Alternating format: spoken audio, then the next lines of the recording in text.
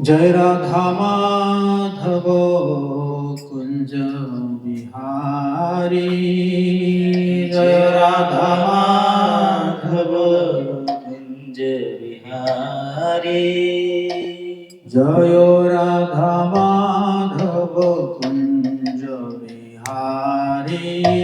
जय राधा माधव कुंज बिहारी। गोपी जना वल्लभ गिरिवरधारी। गोपी जना वल्लभ गिरिवरधारी। गोपी जना वल्लभ गिरिवरधारी। गोपी जना वल्लभ गिरिवरधारी। यशोदानंदना व्रज रंजना। यशोदानंदना व्रज रंजना। यशोदानंदना व्रज रंजना। यशोदानंदना व्रज रंजना। यमुना तीरवनचारी। यमुना तीरवनचारी। यमुना तीरवनचारी। यमुना तीरवनचारी। जय राधा माधव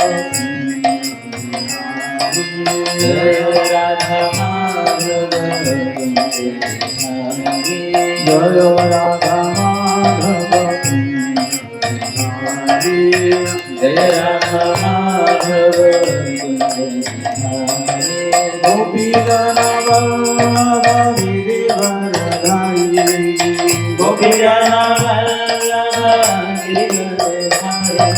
गोपी जन वल्लभ गिरिवरधारी। गोपी जना वल्लभ गिरिवरधारी। यशोदानंदना व्रज रंजना। यशोदानंदना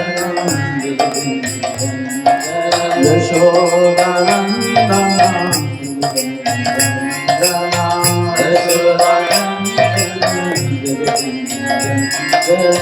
यमुना तीरवनचारी।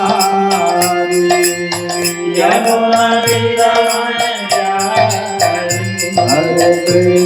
हरे कृष्ण कृष्ण कृष्ण हरे हरे राम राम हरे हरे कृष्ण ताली बजाते हैं। हरे राम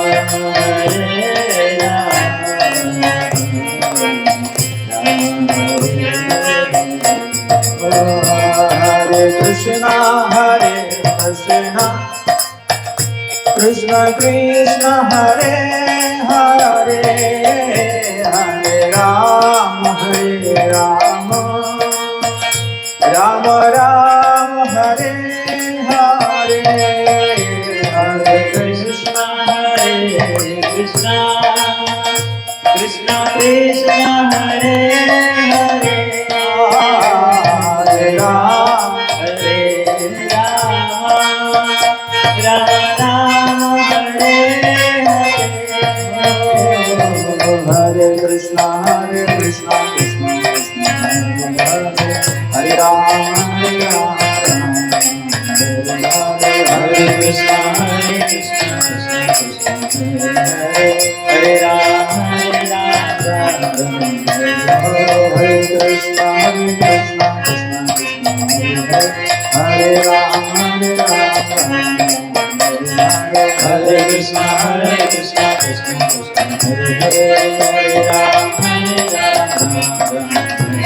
हरे Krishna Krishna Krishna Hare Hare Hare Ram Ram Ram Hare Hare Hare Krishna Krishna Krishna Hare Hare Hare Ram Ram Ram Hare Hare. Krishna Krishna Krishna Hare Hare Hare Ram Hare Ram Ram Ram Hare Hare Hare Krishna Krishna Krishna Hare Hare Hare Ram Ram Ram Hare Hare Jai Radha Madhava Hari Jai Radha Madhava Gopi Jana Vallabha Giridharidhari Gopi Jana Vallabha Giridharidhari Yashodanandana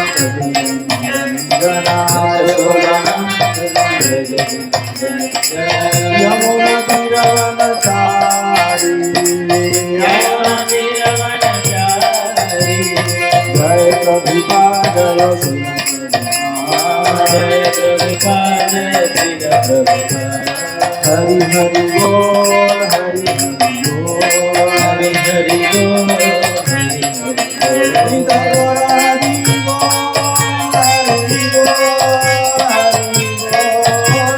Bol Nitai Gaur Hari Bol Hari Bol Hari Bol Nitai Gaur Hari Bol Hari नाम संकीर्तन की श्री हरि कथा महोत्सव की जय अर्चना विहार भक्त वृंद की जय ओम अज्ञानतिमिरान्धस्य ज्ञानाञ्जनशलाकया चक्षुरुन्मिलितं येन तस्मै श्री गुरवे नमः श्रीचैतन्यमनोभीष्टं स्थापितं येन भूतले स्वयं रूप कदा मह्यं ददाति स्वपदान्तिकं वन्देऽहं श्रीगुरो श्रीयुतपदकमलं श्रीगुरुन् वैष्णवांश श्रीरूपं साग्रजातं सहगण रघुनाथान्वितं तं सजीवम् साद्वैतं सावधूतं परिजनसहितं कृष्णचैतन्यदेवं श्रीराधा कृष्णपादान् सगण ललिता श्रीविशाखान्वितांश सभी मेरे पीछे दोहराएंगे हे कृष्ण करुणा सिंधु दीनबंधु जगतपते दीनबंधु जगतपते गोपेश गोपिका कांत गोपेश गोपिका कांत राधा कांत नमस्तुते राधा कांत नमस्ते तप्त कांचन गौरांगी तप्त कांचन गौरांगी राधे वृंदावनेश्वरी राधे वृंदावनेश्वरी वृषभानुसुते देवी वृषभानुसुते देवी प्रणमामि हरिप्रिये प्रणमामि हरिप्रिये वाञ्छाकल्पतरुभ्यश्च वाञ्छाकल्पतरुभ्यश्च कृपा सिन्धुभ्यैव च कृपासिन्धुभ्यैव च पतितानां पावनेभ्यो वैष्णवेभ्यो नमो नमः वैष्णवेभ्यो नमो नमः जयो श्री कृष्ण चैतन्य जय श्री कृष्ण चैतन्य प्रभु नित्यानंद प्रभु नित्यानंद श्री अद्वैत गदाधर श्री अद्वैत गदाधर श्रीवासादि गौर भक्त वृंद श्रीवासादि गौर भक्त वृंद दोनों हाथ को ऊपर करके हरे कृष्णा हरे कृष्णा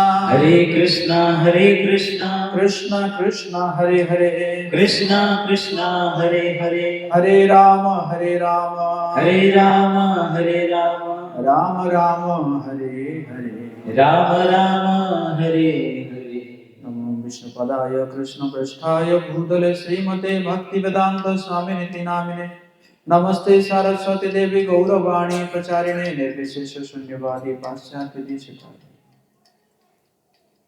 मूकं करोति वाचालं पङ्गुं लङ्घयति गिरिं यत्कृपातमहं वन्दे श्रीगुरुदिनतारिणे श्रीचैतन्येश्वरं परमानन्दमाधवं नारायणं नमस्कृत्य नरो चैव नरोत्तमं देवीं सरस्वतीं व्यासं ततो जयमुदीरयेत् नष्टप्रायेषु भद्रेषु नित्यं भागवत सेवया भगवती उत्तमश्लोके भक्तिर्भवति नैष्टिकी मेरे वैसे दोहराएंगे ओम नमो भगवते वासुदेवाय ओम नमो भगवते वासुदेवाय ओम नमो भगवते वासुदेवाय ओम नमो भगवते वासुदेवाय ओम नमो भगवते वासुदेवाय ओम नमो भगवते वासुदेवाय हरे कृष्णा तो आप सभी का बहुत बहुत स्वागत है। ये 3 दिवसीय श्री हरि कथा में आज प्रथम दिवस है। हम श्रीमद् भागवतम के छठा स्कंद के पहला, दूसरा और तीसरा अध्याय का चर्चा करेंगे। आज हम प्रथम अध्याय का चर्चा करेंगे, कल दूसरा अध्याय और परसों तीसरा अध्याय का चर्चा करेंगे। तो ये बहुत सुंदर अजामिल का उद्धार, इसी के बारे में ये तीनों दिन चर्चा होगी। तो आज जो अध्याय है वो है अजामिल के जीवन का इतिहास। कल हम चर्चा करेंगे विष्णु दूतों द्वारा अजामिल का उद्धार, और परसों हम चर्चा करेंगे यमराज द्वारा अपने दूतों को आदेश। इस प्रकार ये तीनों दिन हम इसी के ऊपर चर्चा करेंगे कि कैसे भगवान का नाम, जैसे अभी डॉक्टर राजन को कह रहे थे, कन्हैया को के बारे में बोल रहे थे कि कन्हैया का नाम लेने से ही पाप जो है नष्ट हो जाता है। ऐसे ही वर्णन है इसी जगह में। तो इसी के बारे में विशद चर्चा हम करेंगे तीनों दिन। श्रीमद् भागवतम को अमल पुराण कहा गया है। अमल पुराण मतलब जिसमें कोई मल नहीं हो, अर्थात श्रीमद् भागवतम जो है वो व्यक्ति को शुद्ध भक्ति प्रदान करती है। वैसे देखा जाए श्रीमद् भागवतम को भगवान का, कृष्ण का ग्रंथावतार कहा जाता है। जैसे भगवान कई प्रकार के अवतार लेते हैं। द्रौपदी महारानी को उद्धार करने के लिए भगवान ने एक अवतार लिए जिसका नाम है वस्त्र अवतार। वस्त्र के रूप में आ गए भगवान, जिसके कारण जो है दुशासन जितना भी जो है वस्त्र खींच रहा था, लेकिन वस्त्र समाप्त ही नहीं हो रहा था। तो इसी प्रकार श्रीमद् भागवतम जो है भगवान जी का जो है ग्रंथ अवतार है। श्रीमद् भागवतम में 12 स्कंद है, और ये जो 12 स्कंद, ये कहा गया है कि भगवान का एक एक अंग, जैसे पहला और जो दूसरा अंग, दूसरा स्कंद है वो भगवान के दोनों चरण है, और फिर जो है भगवान का घुटना, जांघें, जो है उदर, इसी प्रकार जो मुख है ये भगवान का जो है श्रीमद् भागवतम का 10वां स्कंद है, और ये 11वां स्कंद है, और ये जो है 12वां स्कंद है।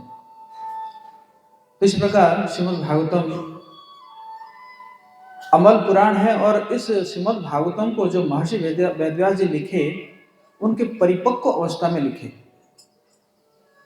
पहले उन्होंने वेद लिखे, उपनिषद लिखे, महाभारत लिखे, लेकिन फिर भी उनके मन में वो संतुष्टि नहीं आ रहा था।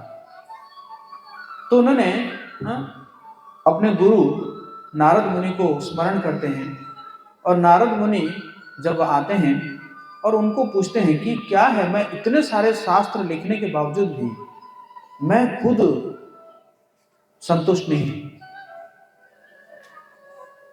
तो फिर लोग अगर इसको पढ़ेंगे तो तुमको कैसे संतुष्टि मिलेगी। तो नारद मुनि ने कहा कि कहीं पे भी आपने भगवान या भक्तों के लीलाओं के बारे में चर्चा नहीं की है शुद्ध रूप से। फिर उन्होंने श्रीमद् भागवतम को का रचना की। श्रीमद् भागवतम में जो है 18,000 श्लोक है, 12 स्कंद है। तो उसी में आज हम जो है छठा स्कंद का पहला अध्याय हम चर्चा करेंगे। अब महाराज परीक्षित और जो सुखदेव गोस्वामी दोनों गंगा जी के तट पर बैठे हुए हैं। कई दिन बीत चुका है, 7 दिन मिला था परीक्षित महाराज जी को कि 7वें दिन के अंत में महाराज जी को जो है सर्पदंश में उनकी मृत्यु होगी। तो इसलिए महाराज परीक्षित जो है सुखदेव गोस्वामी से सुन रहे हैं, बिना खाए, बिना पिए, बिना सोए 7 दिन 7 रातें ऐसे सुन रहे थे। आज लगभग 2-3 दिन बीत चुका है। पंचम स्कंद में सुखदेव गोस्वामी पंचम स्कंद के 26 अध्याय में सुखदेव गोस्वामी नरक का वर्णन कर रहे हैं, कई प्रकार के नरक का वर्णन कर रहे हैं। जब वो नरक का वर्णन करते हैं तो परीक्षित महाराज जो है बड़े चिंतित हो जाते हैं। चिंतित किस लिए होते हैं?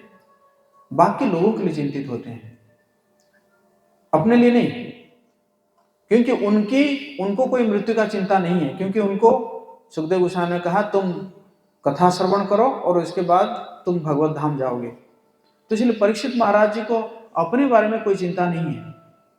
चिंता किसके बारे में है? बाकी लोगों के बारे में चिंता है कि लोग नरक जाएंगे, इतना कष्ट मिलेगा, कैसे बचाया जाए उनको। तो इसी प्रकार उन्होंने महाराज परीक्षित जो है वो पूछते हैं कि ये नरक है कहाँ, कि नरक कोई देश है या राज्य है। तो सुखदेव गोस्वामी कहते हैं कि अंतराल एव, यही ब्रह्मांड के अंतर में ही है, दक्षिण दिशा में है और पृथ्वी के नीचे है और गर्भोदक्ष सागर के जस्ट ऊपर है। आप लोग पितृलोक सुने होंगे। पितृलोक जो है वो इस नरक का जो है ऑफिस है, वो भी पृथ्वी से बड़ा है। जो नरक का जो ऑफिस है वो भी ये पृथ्वी से भी बड़ा है। तो इस प्रकार जो है परीक्षित महाराज जब सुनते हैं तो बड़ा दुख होता है उनको। आप लोग एक भजन सुने होंगे, वैष्णव जन तो तेने कहिए जे पीड़ पराए जाने रे। वैष्णव जन तो, वैष्णव जो है वो पर दुखी होते हैं। दूसरा का जो दुख है उस दुख को वो सहन नहीं कर पाते। तो इसी कारण परीक्षित महाराज पूछते हैं कि क्या कोई उपाय है जिसके द्वारा ये जो जीव जो है वो नरक जाने से बच जाए। क्योंकि पाप जो है हर क्षण हम पाप करते रहते हैं। कहते हैं जैसे पानी भरने में पाप हो जाता है, भोजन बनाने में पाप हो जाता है, मसाला पीसने में पाप हो जाता है, और कई बार हम जानबूझ के भी पाप करते हैं, अनजाने में भी पाप करते हैं। तो इसीलिए जो है कैसे बचाया जाए, सुखदेव गोस्वामी जो है को पूछा जा रहा है। परीक्षित महाराज पूछते हैं कि कैसे इनको बचाया जाए। परीक्षित महाराज देखा जाए तो बहुत उच्च कुल के हैं, अर्जुन के पौत्र है और बहुत उच्च कुल के हैं। तो वो जो प्रश्न पूछ रहे हैं बहुत ही बुद्धिमान प्रश्न पूछ रहे हैं। और देखा जाए तो परीक्षित महाराज जो है बड़े ध्यान से श्रवण कर रहे थे। कहीं पे भी अगर कुछ भी चूक होता था तो वो तुरंत उसको पूछ लेते थे। कई बार सुखदेव गोस्वामी थोड़ा सा आगे बढ़ जाते थे, कुछ चीजों को डिटेल से ना बता के, तो तुरंत वो पूछ लेते थे। और ये जो सभा है, जो जिस सभा में परीक्षित महाराज सुखदेव गोस्वामी से कथा सुन रहे हैं, इस सभा में कौन कौन है?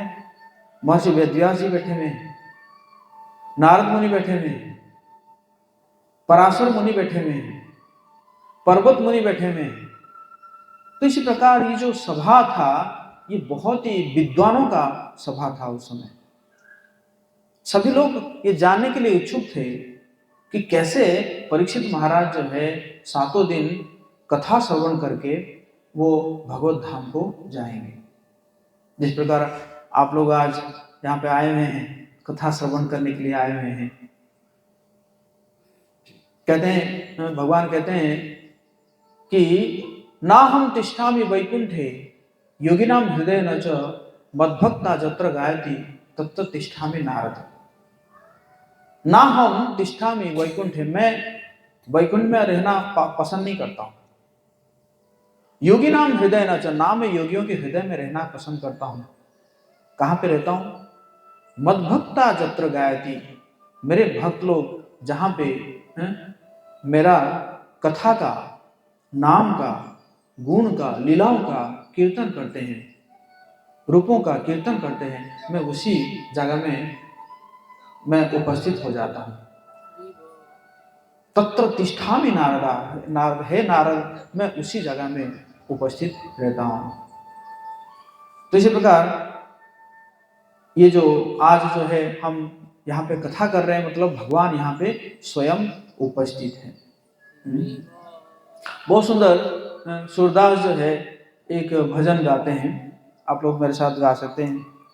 हरि हरि हरि हरि सुमिरन करो, हरि हरि हरि हरि सुमिरन करो, हरि हरि हरि हरि सुमिरन करो, हरि हरि हरि हरि सुमिरन करो, हरि चरणारविंद उरो, हरि चरणारविंद धरो, हरि हरि हरि हरि सुमिरन करो, हरि हरि हरि हरि सुमिरन करो, हरि हरि हरि हरि सुमिरन करो, हरि हरि हरि हरि सुमिरन करो, हरि की कथा होए जब जहाँ, हरि की कथा होए जब जहाँ, गंगा हो चली आए वहाँ, गंगा हो चली आए तहाँ, हरि हरि हरि हरि सुमिरन करो, हरि हरि हरि हरि सुमिरन करो, हरि हरि हरि हरि सुमिरन करो, हरि हरि हरि हरि सुमिरन करो। कह रहे हैं कि जहाँ पे हरि की कथा होती है वहाँ पे गंगा जी भी अपने आप ही चली आती है। बोले हरि बोल, हरि बोल। यमुना सिंधु सरस्वती आवे, यमुना सिंधु सरस्वती आवे, गोदावरी विलंबन लावे, गोदावरी विलंबन लावे, सर्वतीर्थ को वासा वहाँ, सर्वतीर्थ को वास वहाँ, सुर हरि कथा होए तहाँ, सुर हरि कथा होए जहाँ, हरि हरि हरि हरि सुमिरन करो, हरि हरि हरि सुमिरन करो, हरि हरि हरि हरि सुमिरन करो, हरि हरि हरि हरि सुमिरन करो, हरि चरणारविंद उर धरो, हरि चरणारविंद उर धरो, हरि हरि हरि हरि चरण करो, हरि हरि हरि हरि सुमिरन करो, हरि हरि हरि हरि सुमिरन करो, हरि हरि हरि हरि सुमिरन करो, हरि हरि हरि हरि सुमिरन करो, हरि हरि हरि हरि सुमिरन करो। इस प्रकार श्री हरि कथा में अगर हरि का नाम ना हो तो कम पड़ जाएगा, है कि नहीं?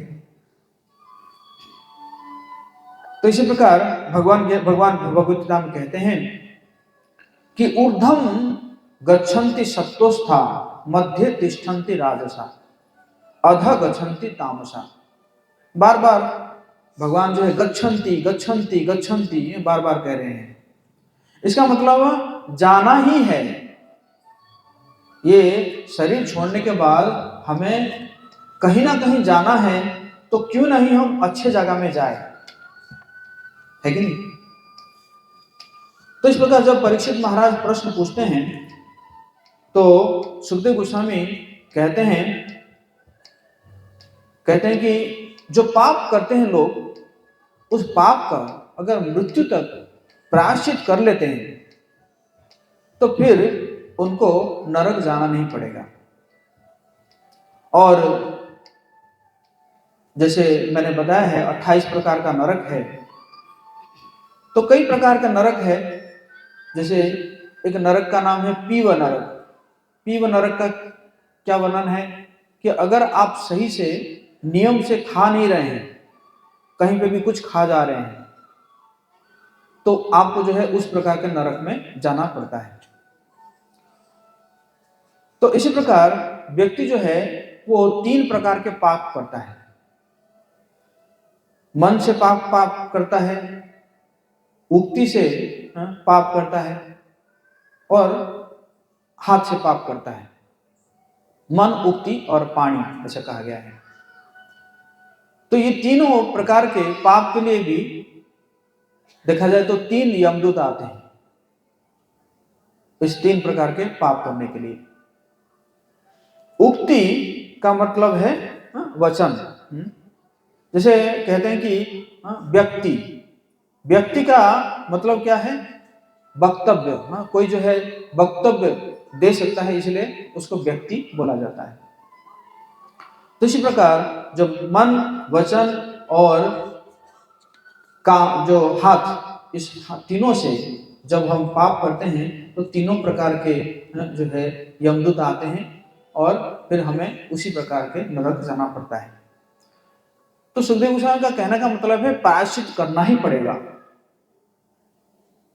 जीवन के अंत तक हमें प्रायश्चित करना ही पड़ेगा, और नहीं तो फिर क्या होता है कि यमदूत जो है वो बहुत पीटते रहते हैं, बहुत मारते हैं।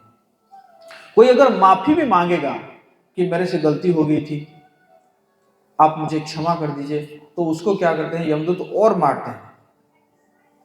तो इस प्रकार जो प्रायश्चित है लिखा गया है, मनु संहिता वगैरह में लिखा हुआ है कि छोटे पाप के लिए छोटा प्रायश्चित, बड़े पाप के लिए बड़ा प्रायश्चित, इस प्रकार अलग अलग प्रायश्चित लिखा गया है। जिस प्रकार हम अगर हॉस्पिटल में जाते हैं तो हॉस्पिटल में जैसे विभिन्न बीमारी के लिए विभिन्न प्रकार के डिपार्टमेंट रहता है, और वहां पे हम ठीक होके भी आते हैं। तो इसी प्रकार पापों के लिए कई कई प्रकार के प्रायश्चित भी लिखा गया है। और अगर इस जन्म में हम जो है प्रायश्चित नहीं करते हैं तो क्या होता है कि वो जो पाप जो है और बढ़ता जाता है। जैसे बैंक में आप पैसा रखते हैं ना, तो पैसा रखते हैं कि उससे क्या हो जाता है, इंटरेस्ट बढ़ता रहता है। या कोई अगर आप लोन लेते हैं तो वो चक्रवर्ती इंटरेस्ट लगा के जो है वो बढ़ता जाता है। तो इसी प्रकार अगर इस जन्म में हम प्रायश्चित ना करें तो क्या होगा, तो हमें हमारा जो है वो अगले जन्म में भी वो पाप जो है वो बढ़ता रहेगा। तो इसीलिए इस जन्म में हमें क्या करना चाहिए, जो है प्रायश्चित कर लेना चाहिए। तो इसी प्रकार भगवान का नाम भी हमें ले लेना चाहिए। हरे कृष्णा कृष्णा कृष्णा हरे हरे, हरे राम राम राम हरे हरे। तो इस प्रकार जो कहते हैं कि प्रायश्चित करना चाहिए, प्रायश्चित करना चाहिए, तो परीक्षित महाराज पूछते हैं कि, कहते हैं कि देखो मनुष्य जानता है कि ये पाप है, फिर भी उससे हो जाता है। दूसरी बात वो कहते हैं कि अगर आप जो प्रायश्चित के बारे में बोल रहे हैं तो क्या लाभ है प्रायश्चित को। परीक्षित महाराज कहते हैं कि ये तो हाथी स्नान जैसा है। हाथी क्या करता है कि स्नान करता है, और स्नान करने के बाद वो क्या करता है, आके अपने शरीर को सुखाने के लिए धूल को ऊपर अपने ऊपर ना डालता रहता है ताकि अपना शरीर सूख जाए। तो परीक्षित महाराज कहते हैं ये तो वही हुआ, पाप करो प्रायश्चित करो, पाप करो प्रायश्चित करो। तो परीक्षित महाराज इसको जो है नकार देते हैं, और फिर जो है वो कहते हैं कि व्यक्ति जो जानबूझ के भी मतलब उससे पाप हो ही जाता है, तो इसलिए क्या उपाय होना चाहिए। या कई बार ऐसा भी देखा जाता है कि कुछ दिन तक व्यक्ति जो है वो छोड़ देता है, कहता है कि नहीं ये पाप नहीं करूंगा, लेकिन कुछ दिन के बाद फिर उसको क्या करता है, वो पाप को फिर दोबारा करने लगता है। उसका संस्कार जो है वो संस्कार इतना प्रबल होता है। तो इसलिए जो है क्या उपाय है, तो एक्चुअली देखा जाए यहाँ पे क्या हो रहा है कि परीक्षित महाराज शिष्य है, और सुखदेव गोस्वामी गुरु है। सुखदेव गोस्वामी जानना चाहते हैं कि परीक्षित महाराज के अंदर कितना उत्सुकता है, नहीं तो वो बस प्रायश्चित कह के भी निकल जाते हैं। लेकिन परीक्षित महाराज जो है उसको ध्यान से सुन रहे हैं, कह रहे नहीं नहीं नहीं, ये प्रायश्चित तो ये तो वही हुआ, हाथी स्नान हुआ। तो इसलिए सुखदेव गोस्वामी फिर धीरे धीरे और आगे बढ़ रहे हैं। फिर कह रहे हैं श्री बादरायणी वाच कर्मणा कर्म निर्हारो न ह्यातन्ति की इष्यते अविद्वधि कारित्वा प्रायश्चितम विमर्शनम। कह रहे हैं कि ये जो कर्म है, कर्म से कर्म नहीं काट पाएगा। मतलब जैसे प्रायश्चित है, वो प्रायश्चित भी एक कर्म है, और वो कर्म जो है दूसरे कर्म को जो है समूल रूप से नष्ट नहीं कर सकता है।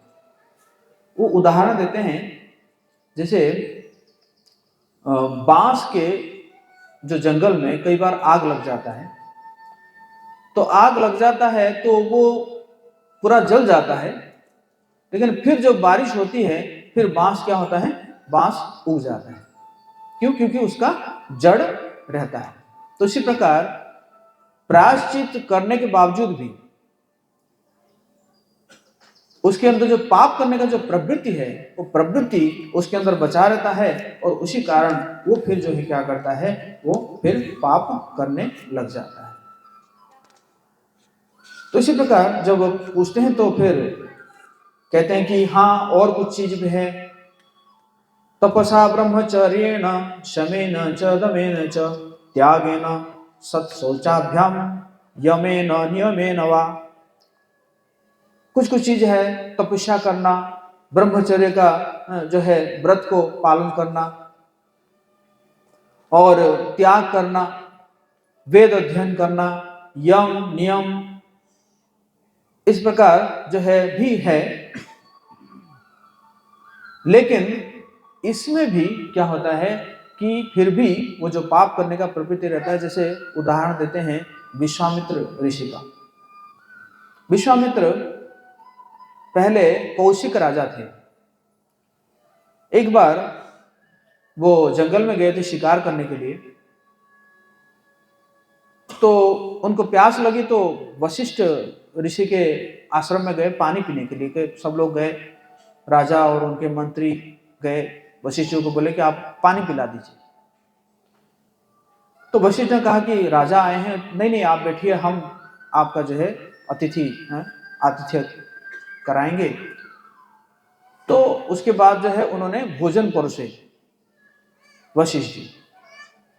और जो कौशिक राजा थे, कौशिक राजा जब भोजन को खाए, भोजन इतना स्वादिष्ट था, बोले आपकी जो रसोई करता है, जो रांधने वाला रसोई करने वाला है, मैं चाहता हूँ उसको अपने राजमहल में ले जाऊं, क्योंकि बहुत इतना स्वादिष्ट मैं कभी खाया ही नहीं था।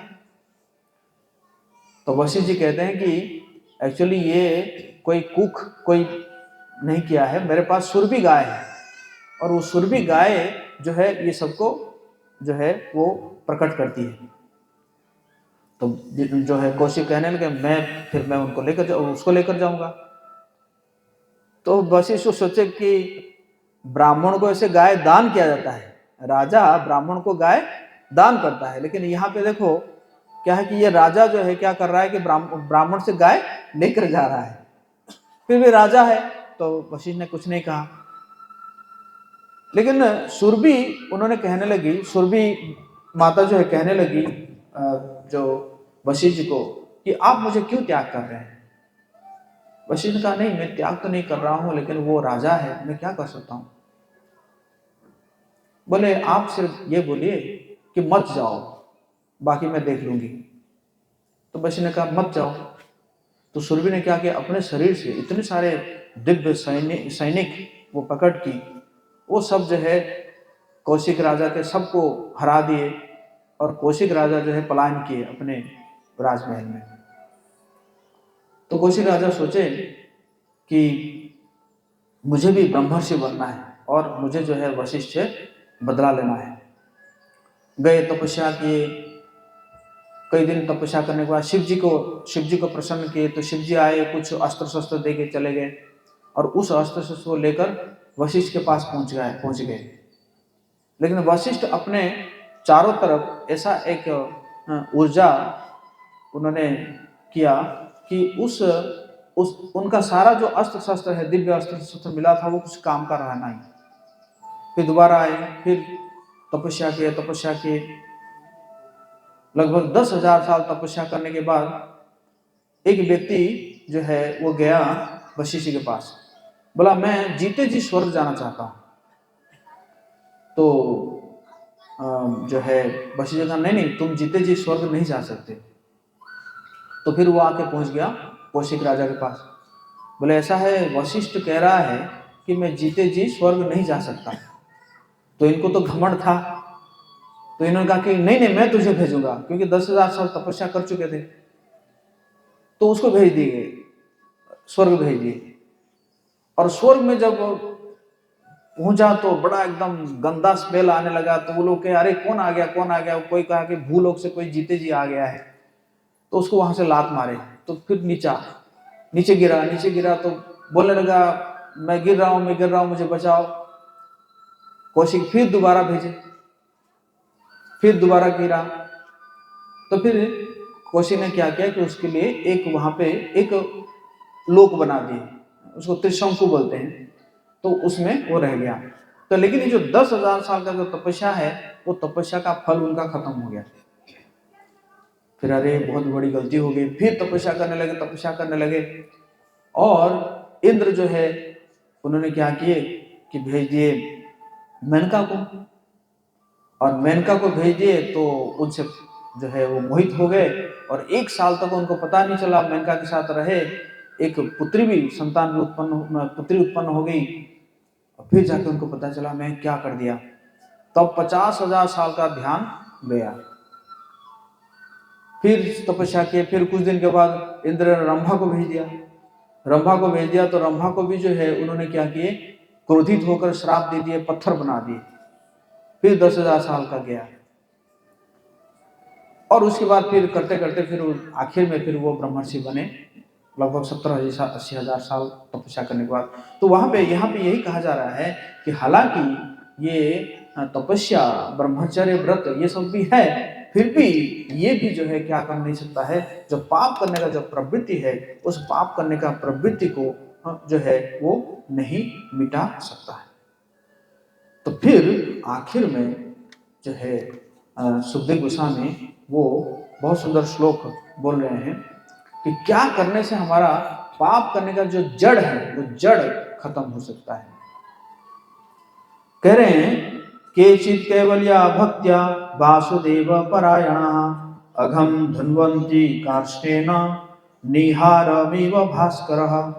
केचित् कैवल्या भक्त्या, पाप को उन्होंने कोहरा के समान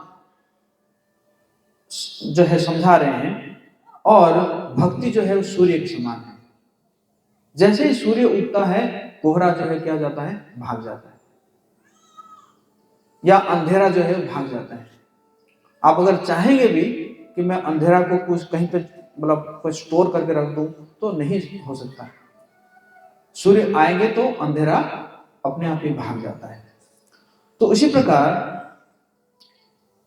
कि भगवान के एक नाम में पाप काटने में इतनी शक्ति है, उतना पाप वो व्यक्ति कर भी नहीं सकता। बोले हरि बोल। तो इसी प्रकार उन्होंने जो है भक्ति की महिमा यहाँ पे बता रहे हैं। केचित मतलब ये जो बहुत ही बिरला है ना, ये जो भक्ति जो है बहुत ही जो है रेयर है भक्ति करना। तो इसी प्रकार उन्होंने यहाँ पे जो है मनुष्य को शक्ति देने के लिए जो है सूर्य उगते हैं जैसे, और उसी प्रकार भक्ति जो है वो क्या करता है कि हमारे सारे पापों को नष्ट कर। वैसे देखा जाए तो सूर्य जो है वो शक्ति देने के लिए आते हैं, है ना। तो उसी प्रकार मतलब ऐसा नहीं कि पाप जो अंधकार को भगाने के लिए सूर्य आते हैं। सूर्य आते हैं तो हमें अच्छा लगता है ना, हमें शक्ति मिलता है। कहते हैं कि जो अगर विटामिन डी की कमी हो जाती है तो क्या क्या क्या आता है, सनलाइट में जाके बैठा रहता है कि नहीं। तो फिर कह रहे हैं कि तो फिर ये प्रायश्चित के बारे में क्या है, मतलब अगर ऐसा है तो ये सब प्रायश्चित के बारे में इतना सब क्यों लिखा गया है। तो सुखदेव गोस्वामी कहते हैं कि ये उतना नहीं कर पाता है जितना भक्ति जो है पाप को नष्ट करता है। तो इसी प्रकार जो है यहाँ पे कह रहे हैं कि कृष्ण से प्रेम करना सीखना चाहिए। हालांकि ज्ञान योग है, कर्म योग है, लेकिन जो भक्ति मार्ग है उसमें क्या है, उसमें कोई भय नहीं है। अब देखेंगे कि ज्ञान योग है, कर्म योग है, उसमें क्या है, लोगों को भय रहता है। ज्ञानी जो है वो चाहता है कि मैं ही ज्ञानी रहूं, मेरे से कोई बड़ा ज्ञानी ना हो जाए। लेकिन भक्ति में क्या है, भक्ति में कोई अगर आगे भी बढ़ता है ना तो दूसरा जो है वो आगे बढ़ाता है, हाँ हाँ ठीक है तुम आगे बढ़ जाओ। तो भक्ति में जो है वो किसी भी प्रकार का भय नहीं है या किसी भी प्रकार का ईर्ष्या नहीं है भक्ति में। तो इसलिए हमें क्या करना चाहिए, भक्ति के शरण लेकर आगे बढ़ना चाहिए। और फिर कह रहे हैं कि देखो कि जैसे कोई शराब का बोतल है और उस शराब का बोतल को अगर आप कई तीर्थ स्थानों के जल से भी अगर आप धो देते हैं फिर भी जो है वो शुद्ध नहीं होगा। उसी प्रकार जो है किसी भी प्रकार का जो है प्रायश्चित करने से हम उतना शुद्ध नहीं हो पाते हैं जितना शुद्ध हम क्या हो सकते हैं, भक्ति करने से हो पाते हैं। बोले हरे कृष्णा कृष्णा कृष्णा कृष्णा कृष्णा हरे हरे हरे हरे हरे राम हरे राम हरे राम हरे राम राम राम राम राम हरे हरे हरे हरे। फिर कह रहे हैं कि देखो अगर भगवान के चरणों में किसी का मन अगर एक बार भी चला जाता है, एक बार भी अगर चला जाता है तो क्या होता है कि वो स्वप्न में भी यमदूतों को नहीं देखता है। बोलिए हरि बोल हरि बोल। इसलिए हमारे श्री रूप गोस्वामी बहुत सुंदर भजन लिखे हैं। कृष्ण देव भवन्तं वन्दे, कृष्ण देव भवन्तं वन्दे, मनमानस मधुकर नर्पय निज पद पंकज मकरंदे, मनमानस मधुकर अर्पय निज पद पंकज मकरंदे, कृष्ण देव भवन्तं वन्दे, कृष्ण देव भवन्तं वन्दे, कृष्ण देव भवन्तं वन्दे, कृष्ण देव भवन्तं वन्दे। हे कृष्ण, आपके चरणों से जो मधु निकल रहा है, मेरा मन रूप का भंवरा को आप क्या कीजिए, उधर ही स्थापित कर दीजिए, ताकि मैं हमेशा क्या करूं, आपके चरणों से जो मधु निकलता है उस मधु को मैं हमेशा पान करता रहूं। इसी प्रकार महाराज कुलशेखर भी इसी प्रकार कह रहे हैं कि कृष्ण त्वदीय पद पंकज पंजरांतम, कि अभी जो मेरा मन को आप क्या कीजिए, मेरे मन रूपक हंस को आप अपने चरण कमल रूपी जो है, चरण कमल रूपी जो नाड़ है उसी में क्या करिए आप, मेरा मन रूपक हंस जो है उसी के चारों तरफ घूमता रहे ना। जैसे हंस क्या होता है कि कमल के चारों तरफ घूमता रहता है। अभी से कर दीजिए, क्यों? क्योंकि मृत्यु के समय में नहीं हो पाएगा। क्योंकि उस समय कफ वात पित्त मुझे बहुत परेशान करता होगा। बोले हरि बोल। तो इसी प्रकार जो है कहने के बाद सुखदेव गोस्वामी क्या कर रहे हैं कि एक उदाहरण दे रहे हैं कि मैं इसके ऊपर एक उदाहरण देना चाहता हूं, हाँ, कि बहुत लोग इसके विषय में कहा करते थे, मतलब इसके बारे में बहुत अधिक चर्चा है और बहुत लोग समाज में, हाँ, इतिहास अर्थात इतिहास मतलब इति मतलब पुराण और हास मतलब कथा। तो इस प्रकार की बहुत सुंदर एक इतिहास है जिसमें विष्णुदूत और यमदूतों के बीच में एक संवाद हुआ है। एक होता है संवाद, एक होता है विवाद। संवाद मतलब सम्यक बात को कहा जाता है कि संवाद, और विपरीत बात को कहा जाता है विवाद। जैसे हम दोनों में कुछ एक डिस्कशन चल रहा है, दो व्यक्ति के बीच में कुछ एक मतलब कंक्लूजन निकालने के लिए एक डिस्कशन चल रहा है, उसको बोलते हैं संवाद। लेकिन विपरीत बात में क्या है कि मैं जो कह रहा हूं वो सही कह रहा हूं, मतलब वो प्रमाण करेगा कि हमेशा वो प्रमाण करेगा कि मैं जो कह रहा हूं वो सही कह रहा हूं, तुम जो कह रहे हो वो गलत कह रहे हो, उसको बोलते हैं विवाद।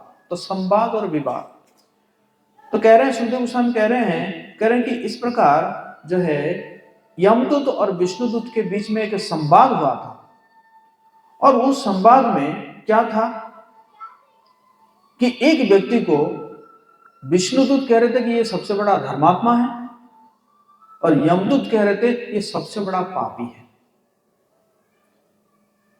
तो इसी में विवाद चल रहा था कि ये धर्मात्मा है या पापी है, सबसे बड़ा धर्मात्मा है या सबसे बड़ा पापी है। तो उसी के बारे में जो है संवाद चल रहा था, उसका उदाहरण मैं जो है देना चाहता हूं। और अंत में वो जो है वो सबसे बड़ा धर्मात्मा ही घोषित हुआ।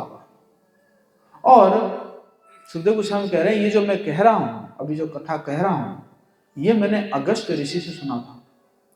अगस्त्य ऋषि जो है उस समय भगवान कृष्ण का पूजा कर रहे थे, और बार बार भगवान कृष्ण के चरणों में छू छू कर वो बता रहे थे कि ये जो मैं कह रहा हूं ये पूरा सही बात कह रहा हूं। इस प्रकार जो है कैसे जो है ये जो अजामिल उपाख्यान के बारे में वो बता रहे थे।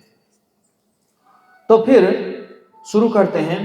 कान्य कुब्जे द्विजः काश्चि दासी पति अजामिलः नामना नष्ट सदाचारो दास्या संसर्ग दूषितः।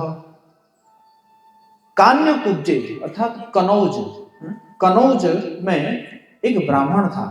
कनौज जो है कानपुर और फिरोजाबाद के बीच में एक शहर है जिसको कनौज कहा जाता है। और उसमें जो है एक ब्राह्मण रहता था। देखा जाए कई प्रकार के ब्राह्मण हैं, लेकिन जो कनौज ब्राह्मणों को सबसे सदाचारी ब्राह्मण कहा जाता है। कहते हैं कि 3 कनौजिया 13 चूल्हा, अर्थात अगर 3 कनौज ब्राह्मण कहीं पर अगर पहुंच जाएंगे तो भोजन पकाने के लिए 13 चूल्हा बनाएंगे, क्योंकि एक भोजन बन गया तो उस चूल्हा को छोड़ देंगे, फिर दूसरा चूल्हे में बनाएंगे, तो इतना शुद्ध होते हैं। लेकिन वो क्या हुआ कि दासीपति, यहां पे कह रहे हैं दासीपति अजामिल, उसने जो है एक दासी के प्रति या शूद्र स्त्री के प्रति आसक्त हो गया, और तो उसी प्रकार उसने सारा सदाचार को भूल गया। सदाचार मतलब सतम आचर इति सदाचार, मतलब जो बड़े लोग कर किए हैं उसी को अगर हम पालन करते हैं, फॉलो करते हैं, तो उसको हम सदाचार कहते हैं। तो दासी संसार में वो आने के बाद वो क्या हो जाता है, एकदम दूषित हो जाता है। अच्छा, काम क्या करता था वो काम करता था 4 प्रकार के काम करता था। लोगों को बंदी बना देता था, लोगों को बंदी बना के, मतलब जैसे बंदी बना के रख दिया और उसके परिवार वालों को कहेगा कि पैसा दे के जाओ, तो पैसा दे के फिर उसको छुड़वाना पड़ता था।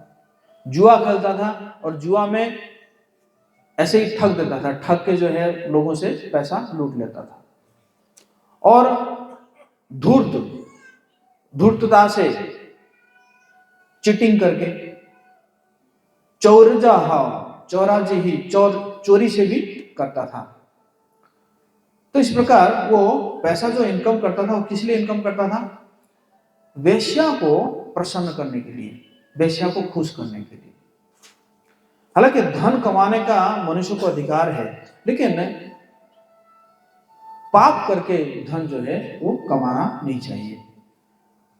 और अशुचि मतलब स्नान भी नहीं करता था, मतलब सारा काम जो है वो ब्राह्मण विरोधी काम जो है वो करता था, है ना। क्योंकि ब्राह्मण को जो है शुचि कहा जाता है।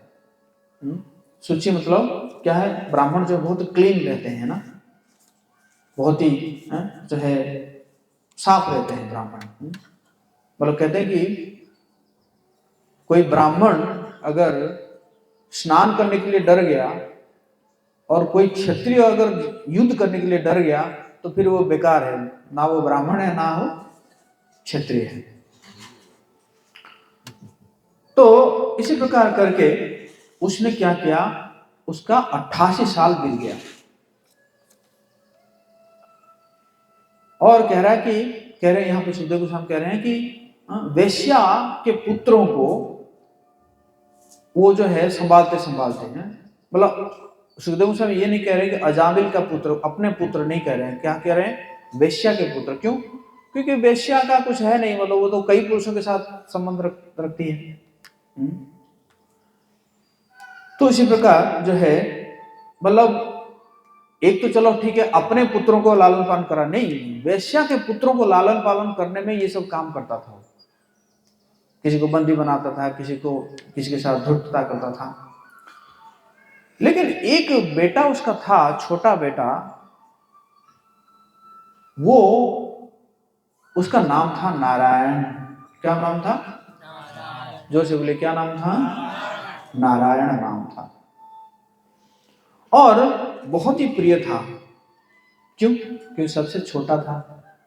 सबसे छोटा बेटा को उसको पेट पोछना बच्चा कहा जाता है ना, क्योंकि वो कहते हैं कि माँ के पेट को पोछ के आया है। और वो स्वाभाविक रूप से जो है वो क्या होता था, बहुत प्रिय होता है। छोटा बच्चा जो है वो बहुत ही प्रिय होता है। तो क्योंकि उसका नाम नारायण था और बहुत ही प्रिय था, तो इसलिए उसको जो पुकारता था, अजामिल पुकारता था, बहुत ही प्रेम से पुकारता था, बहुत ही प्रेम से पुकारता था। आप जानते हैं कि कोई भी प्रिय होता है उसके नाम को बहुत ही प्रेम से ही पुकारा जाता है। तो इस प्रकार वो जो है बोलता था कि नारायण, माँ के अंक से मेरे अंक में आ जाओ। और नारायण ने खाना खा लिया क्या? नारायण सो गया क्या? तो इस प्रकार वो जो है बेटा का नाम को ही पुकारता था। और कह रहे हैं कि सुखदेव गोस्वामी कह रहे हैं कि उसका हृदय बच्चे में ही बंध गया था, क्योंकि बहुत छोटा था और बहुत ही प्यारा बोलता था। तो इसलिए उस बच्चे में ही उसका मति लग गया था और वो बच्चा को देखता रहता था। और हमेशा वो उसका कान जो है सुनने के लिए आतुर था कि बच्चा क्या बोल रहा है। छोटा बच्चा था और हालांकि बूढ़ा हो गया था, 88 साल कह रहे हैं हो गया था, लेकिन वो जो है बहुत आनंद में था। वो बच्चा को लीला कह रहे हैं कि बच्चे को जो है लीला को देखते देखते वो बहुत ही आनंद में रहता था। और अगर कुछ भी खाता था तो सबसे पहले क्या करता था, अजामिल को खाना खिला के ही खाता था। मतलब देखा जाए तो नारायण को भोग लगा के ही खाता था। मतलब बच्चा को कुछ भी खाता था पहले नारायण को खिलाता था और नारायण को खिला के ही वो खुद खाता था। तो इस प्रकार जैसे देखा ही जाता है कि बच्चे का जो जूठा जो है उसको जूठा नहीं माना जाता है। कई बार कहा जाता है कि जो है लड़के का मूत्र चरणामृत, अगर कहीं पे भी अगर उसने यूरिन भी पास कर दिया तो उसको कोई असर नहीं देखा जाता है ना।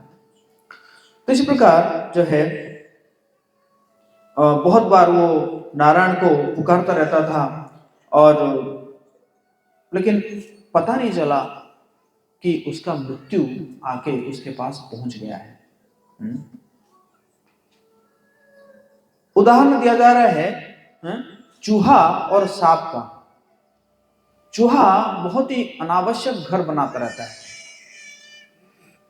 लेकिन वो जो घर बनाता है उसी घर में सांप आके रहता है, उसको खा जाएगा और खा के उसी में रहेगा, है ना।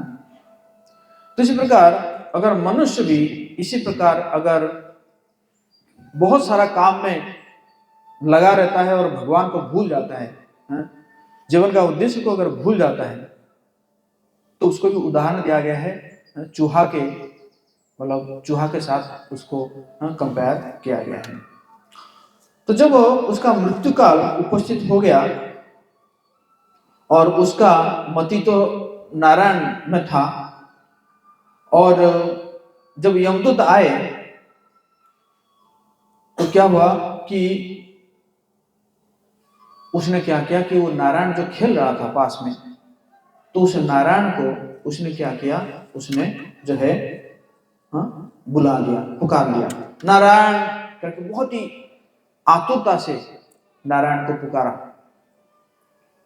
कि मैं चला जाऊंगा, मुझे तो यमदूत आए हैं लेने के लिए, मैं चला जाऊंगा तो नारायण की बोली मैं सुन नहीं पाऊंगा, या नारायण का जो भी खेलना कूदना ये मैं देख नहीं पाऊंगा। तो वो जो है वो नारायण को उसने पुकारा है। तो यहाँ पे वर्णन है कि ये मतलब कड़वा सच है, थोड़ा सा आप लोग इसको डाइजेस्ट करिएगा कि मृत्यु जो है वो घर में नहीं विदेश में होना। अगर विदेश में कोई मरता है, विदेश मतलब घर से बाहर कोई अगर मरता है तो उसको बहुत ही ग्लोरियस डेथ माना गया है। क्यों? क्योंकि घर में क्या होता है, घर में सारे कुटुंब रहते हैं, तो मृत्यु के समय में यह रहता है कि अरे ये क्या करेगा, मेरा बेटा क्या करेगा, मेरा पोता क्या करेगा, ये क्या करेगा, वो क्या करेगा। और तो और क्या किया जाता है कि अगर किसी की मृत्यु होती है तो कई सारे लोगों को बुलाया जाता है, वो चला जाएगा, उसको जाके क्या करो, एक बार देख लो, एक बार देख लो। वो बेचारा मरते मरते वो और बन जाता है, उसको जितने सारे लोग आते हैं देखने के लिए वो ऐसे ही बन जाते हैं। तो इसलिए मृत्यु जो है कहाँ होना चाहिए, कह रहे हैं कि मृत्यु अगर विदेश में होना चाहिए, मतलब घर में, घर के बाहर अगर मृत्यु होती है उसको जो है उसको ग्लोरियस डेथ माना गया है। तो 3 दूत आए थे और बहुत ही भयंकर रूप था, तीनों के हाथ में रस्सी थी और इसी प्रकार जो है यमदूत लोगों को जो है जो उसका जो आत्मा को खींच के, शरीर से आत्मा को खींच के ले जाते हैं। नरक का जो रास्ता है पृथ्वी से वो है 99,000 योजन रास्ता है। और ये जो रास्ता है उस रास्ते में क्या किया जाता है कि रास्ते में जो है बालू, बहुत ही गर्म बालू होता है, दोनों तरफ से जंगल जलता रहता है, ऊपर से सूर्य बहुत ही प्रखर किरण से बालू को गर्म करता है और कुछ ही समय में ये 99,000 योजन को जो है यमदूत पार करके ले जाते हैं व्यक्ति को। वो अगर कुछ मांगता भी है, मुझे प्यास लगी है, मुझे जो है भोजन करना है, वो नहीं मानते हैं, मारते पीटते हुए इसी प्रकार लोगों को ले जाते हैं। तो अब अजामिल जो है वो समझ गया कि मुझे जो है ये लोग लेने के लिए आए हैं। और यमदूतों का जो है यहाँ पे वर्णन हुआ है, उनका मुंह जो है बहुत टेढ़ा था और रोम जो है ऐसा लग रहा था कि जैसे तार है। और तो इसी प्रकार जो है देखते हुए उसने जो है, उसके आंखों में आंसू आ गया और फिर उसने बोला नारायण आओ, अर्थात हे नारायण तुम मेरे पास आ जाओ। तो जैसे ही इतना इतना उसने बोला तो तुरंत वहां पे विष्णुदूत प्रकट हो गए। बोले हरि बोल। 4 विष्णुदूत वहां पे प्रकट हो गए और ये जो विष्णुदूत है ये चारों तरफ घूमते रहते हैं अपने भगवान के भक्तों को सुरक्षा देने के लिए। और जब उन्होंने देखा कि नारायण हमारे स्वामी का नाम लिया है इसने, तो वो जो है सहसा आपतम तुरंत वहां पे उपस्थित हो गए और सबके जो है चतुर्भुज रूप था और गंभीर वाणी से बोले यमदूतों को हटो हटो, नहीं तो हम मार डालेंगे। यमदूत डर गए। यमपास लगाई दिए थे और आत्मा को ऐसे खींच रहे थे तो खींचते खींचते वो जो है डर जाते हैं और फिर देख के वो भय होता है उनको कि ये तो कहां से आ गए सब दिव्य पुरुष, क्योंकि विष्णुदूत जो है विष्णु जैसे ही होते हैं। सिर्फ 2 चीज की कमी होती है विष्णु और विष्णुदूत में, एक है कौस्तुभ मणि का हार और दूसरा है जो भृगु मुनि का जो चरण चिन्ह है वो नहीं होता है। तो इसी प्रकार जब विष्णुदूत को देखते हैं अजामिल जो ये जो यमदूत जो है वो डर के थोड़ा साइड हो जाते हैं। तो यहां पे बोला जा रहा है कि व्यक्ति का जो है वो शरीर के प्रति उसका बहुत ही मोह होता है। जिस प्रकार आप देखेंगे कि कोई भी घर पे आप रह रहे हैं और तुरंत आपको कहा जाएगा कि उस घर को खाली करो, तो आपका एक आसक्ति बन जाता है उस घर के प्रति। तो उसी प्रकार ये जो शरीर रूपी घर में आत्मा कई साल तक रहती है, कभी 50 साल 100 साल, है ना। और जब उसको कहा जाता है कि छोड़ने के लिए, तो वो छोड़ने के लिए राजी नहीं होता है। इसीलिए यमदूत जो है क्या करते हैं, उसको खींचते रहते हैं और खींच के उसको एक यातना शरीर दिया जाता है, जिस यातना शरीर को वो नरक लेके जाते हैं, जिसमें कष्ट मिलेगा लेकिन वो मरेगा नहीं। इस प्रकार एक यातना शरीर देते हैं। तो जब विष्णुदूत बोले कि जल्दी हटो, और तो यमदूत जो है वो आश्चर्य हो गए कि क्या बात है, हम तो ऐसा तो कुछ गलत काम तो किए ही नहीं है, हमें तो यमराज ने भेजे ना, हमें यमराज ने भेजे हैं इनको लेके जाने के लिए, और ये हमें जो है रोक क्यों रहे हैं ये लोग। तो डर के मारे जो है वो अब कह रहे हैं, किनारे में खड़े होकर पूछ रहे हैं कि आप लोग कौन हैं, आप लोगों को पता है आप जो है कितने बड़ी गलती कर रहे हैं, आप मतलब पापी का पक्ष ले रहे हैं, इस इतना बड़ा पापी है। और अजामिल जो है वो सुन रहा है, अभी तो मरा नहीं ना, अभी अजामिल जो सुन रहा है कि क्या चल रहा है, मैं बच जाऊंगा या मर जाऊंगा। तो कह रहे हैं कि आप जो है पापी का पक्ष ले रहे हैं, मतलब ऐसा लग रहा है कि जैसे आप गुंडे का साथ दे रहे हैं, और हम कोई एयरगेट तो है नहीं, हम यमराज के दूत हैं, और आप अगर आए हो इसको बचाने के लिए, आप किसकी आज्ञा से आए हो यहाँ पे बचाने के लिए? हम तो यमराज के आज्ञा से आए हैं इसको बचाने के लिए, आप लोग किसकी आज्ञा से आए हैं? और आप जानते हैं कि कितने बड़े व्यक्ति का आप विरोध कर रहे हैं। देखा जाए तो इस यूनिवर्स का सबसे बड़ा जज जो है वो कौन है? यमराज है। धर्मराज कहा जाता है उनको। और क्यों रोक रहे हो आप? तो पूछ रहे हैं कि आप कोई देवता है क्या, या उपदेवता है क्या, या आप जो है कोई शुद्ध भक्त है क्या, या कोई सिद्ध मुनि ऋषि है क्या, और कहीं आप भगवान का पार्षद तो नहीं है? तो इस प्रकार जो है पूछ रहे हैं। क्यों? क्योंकि वो देख रहे हैं कि बहुत सुंदर इनका वस्त्र है, इनका आभूषण है, बहुत सुंदर है। क्योंकि हर लोक का जो है उसका जो है ड्रेस कोड अलग अलग होता है। तो इस प्रकार जब देख रहे हैं, आप लोग बहुत पुण्य किए होंगे, स्वभाव जो है, लेकिन इतना बुरा स्वभाव कैसे हो गया आप लोगों का? अच्छा ठीक है, ये अजामिल आपका कोई रिलेटिव है क्या, कोई रिश्तेदार है क्या आपका, जिसको आप बचाने आए हैं? तो इस प्रकार जो है पूछ रहे हैं। मतलब ये ऐसा है जैसे आप देखे होंगे, हमारे यहाँ पे भी होता है कई बार कि कोई क्रिमिनल को पुलिस जो है पकड़ कर ले जाता है, और पकड़ के ले जाने के बाद क्या क्या आता है, उसको जो है कोई नेता आके खाली कर देता है कि नहीं? तो इस प्रकार जो है यहाँ पे यमदूत जो है वो देख रहे हैं, और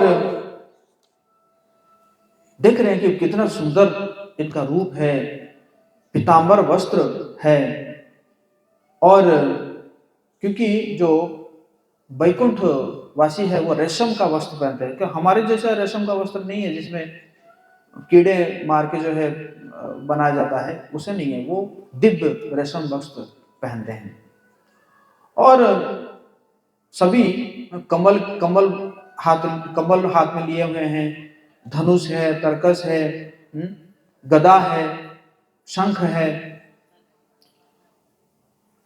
और इसी प्रकार जो है मतलब ऐसा लग रहा था कि जैसे 16 साल का उम्र है, नव यौवन उम्र है। तो इस प्रकार जो है बाल एकदम काले काले हैं, कोई बाल ऐसा नहीं कि बाल जो है सफेद हो गया है। और बहुत ही जो है वैकुंठ के लोग जो है बहुत ही उच्च कोटि के रहते हैं, जैसे हमारे जैसा नहीं है कि जो है आंखों में चश्मा लगाएंगे या कान में कुछ सुनने के लिए हियरिंग मशीन लगाएंगे कि नहीं, इस प्रकार नहीं होते हैं, या बाल सफेद हो जाते हैं। तो इस प्रकार जो है कमल, हाथ में कमल लिए हैं। कमल मतलब भगवान का जो कमल का प्रसाद जो है वो विष्णुदूत लेकर चलते हैं। कमल भगवान को बहुत प्रिय है, भगवान के सारे अंगों को कमल के साथ तुलना किया गया है। और भगवान की जो पत्नी है वो भी जो है वो भी कमल के जगह में निकली है, वो भी हाथ में कमल रखती है।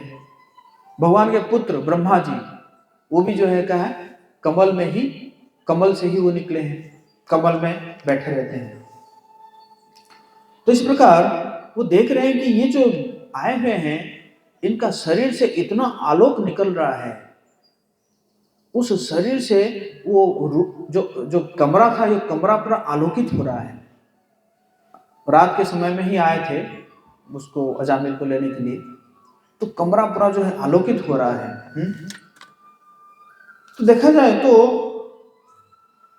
भगवान के जो दूत है वो कितने स्नेहिल होते हैं कि उनके भगवान के नाम कोई उच्चारण किया तो उसको रक्षा करने के लिए आके पहुंच गए। कहते हैं कि अजामिल को सुरक्षा देने के लिए 4 विष्णुदूत आए थे। क्यों? क्योंकि नारायण उसने नाम लिया था, नारायण 4 अक्षर। और अगर हम लोग भगवान का नाम का जप करेंगे, हरे कृष्णा कृष्णा कृष्णा हरे हरे, हरे राम राम राम हरे हरे। आप हिसाब रखें हमें कितने विष्णु आएंगे लेने के लिए, बोले हरि बोल हरि बोल। तो इस प्रकार जो है, और उनको बोल रहे हैं कि ये बड़ा पापी है, इसको जो है हम ले जाएंगे, इसको लेके जो है जो है हम इसको लेकर सुधारेंगे। और तो इस प्रकार बहुत सुंदर जो है वो वर्णन कर रहे हैं, विष्णु दूतों का जो रूप को वर्णन कर रहे हैं। तो फिर विष्णुदूत जो है वो बोल रहे हैं, बहुत गंभीर वाणी में विष्णुदूत बोलते हैं। कहते हैं कि बहुत ही गंभीर वाणी, मतलब जो महापुरुष होते हैं उनका वाणी बहुत गंभीर होता है। ऐसा लगता है जैसे मेघ गर्जना है, उसी प्रकार महापुरुष बोलते हैं। तो इसी प्रकार ये जो विष्णुदूत बहुत ही गंभीर वाणी में बोल रहे हैं कि मतलब उनका मजाक उड़ाते हुए कहते कि नहीं, तुम लोग तो कभी यमराज के दूत हो ही नहीं सकते। तो क्योंकि अगर तुम यमदूत होते तो ये धर्मात्मा को लेने आए हुए थे, बांध के लेने के लिए आए हुए थे। तो यमदूत तो एकदम उछल गया, अरे इतना बड़ा पापी है उसको धर्मात्मा कह रहे हैं लोग।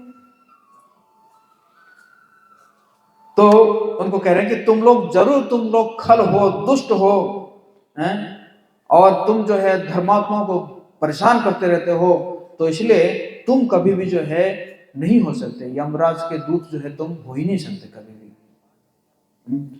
अगर ठीक है, अगर तुम कह रहे हो यमदूत हो, यमराज के दूत हो, तो जरा बताओ धर्म क्या है, धर्म का लक्षण क्या है, धर्म किसको कहते हैं।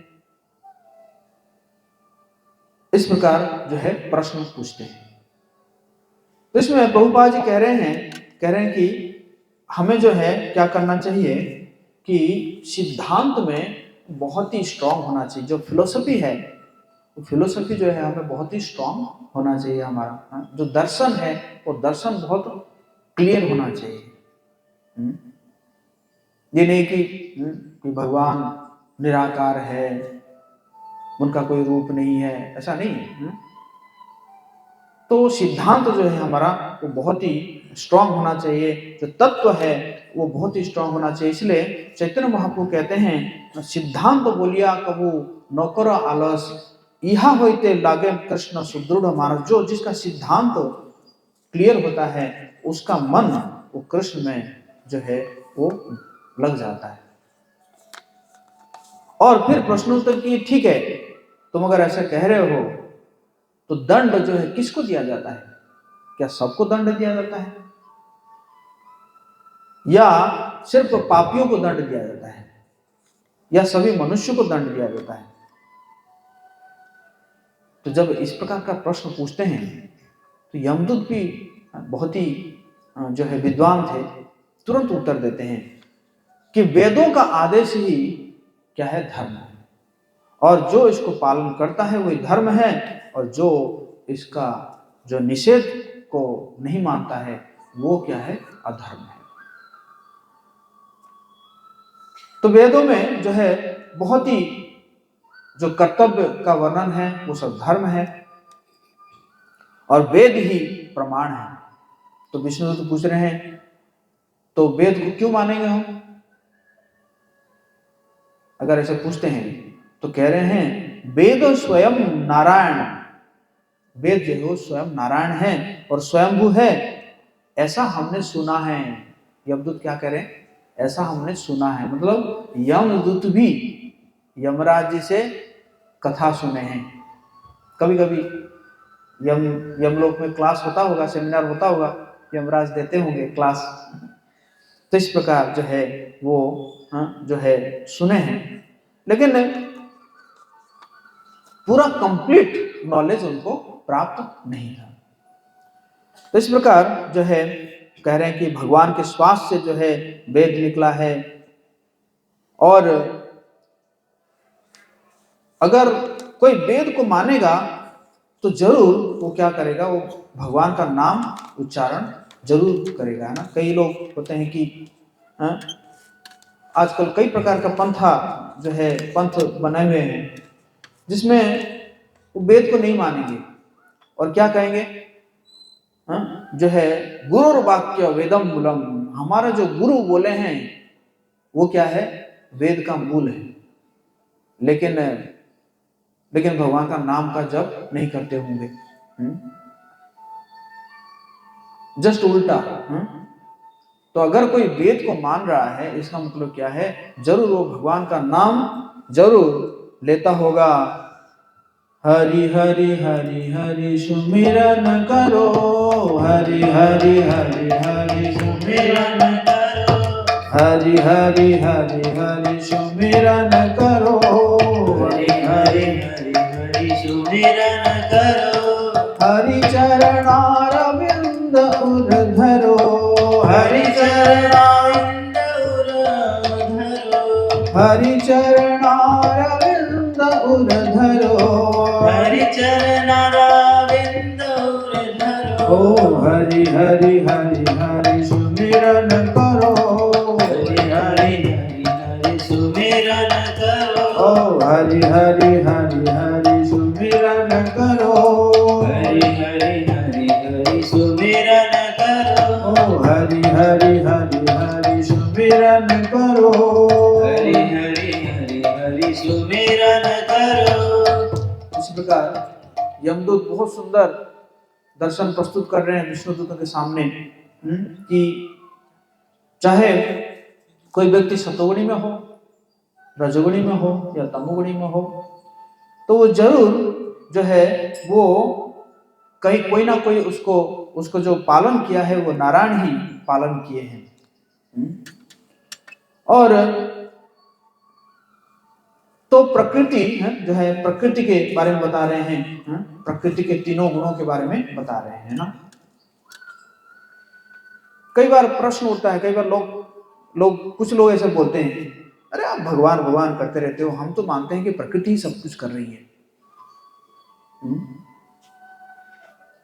तो अगर उनको पूछा जाए प्रकृति मतलब किसकी प्रकृति, प्रकृति को ऐसे इंग्लिश में बोलेंगे nature, whose nature is this, किसकी नेचर है, तो इसका उत्तर भगवान भगवद्गीता में देते हैं, मया दक्षिणा प्रकृति सुयोति सचराचरम हेतु नानेन पुंतयो जगत विपरिवर्तते। मया दक्षिणा प्रकृति, ये प्रकृति जो है मेरे अध्यक्षता से काम करता है। और अध्यक्ष मतलब क्या है, आधि अक्ष मतलब मेरे नजर से, मेरे दृष्टि से ये काम करती है। तो इसी प्रकार भगवान का दो प्रकृति है, एक बहिरंगा प्रकृति है और एक अंतरंगा प्रकृति है। बहिरंगा प्रकृति से ये भौतिक जगत चलता है और अंतरंगा प्रकृति से भगवान का जो है, जो आध्यात्मिक जगत जो है वो चलता है। तो इसी प्रकार भगवान भगवद्गीता में कह रहे हैं, अहम सर्वस्य प्रभवो मत्त प्रवर्तते, जो जानते हैं मुझे, जो जानते हैं मुझे वो प्रेम करते हैं।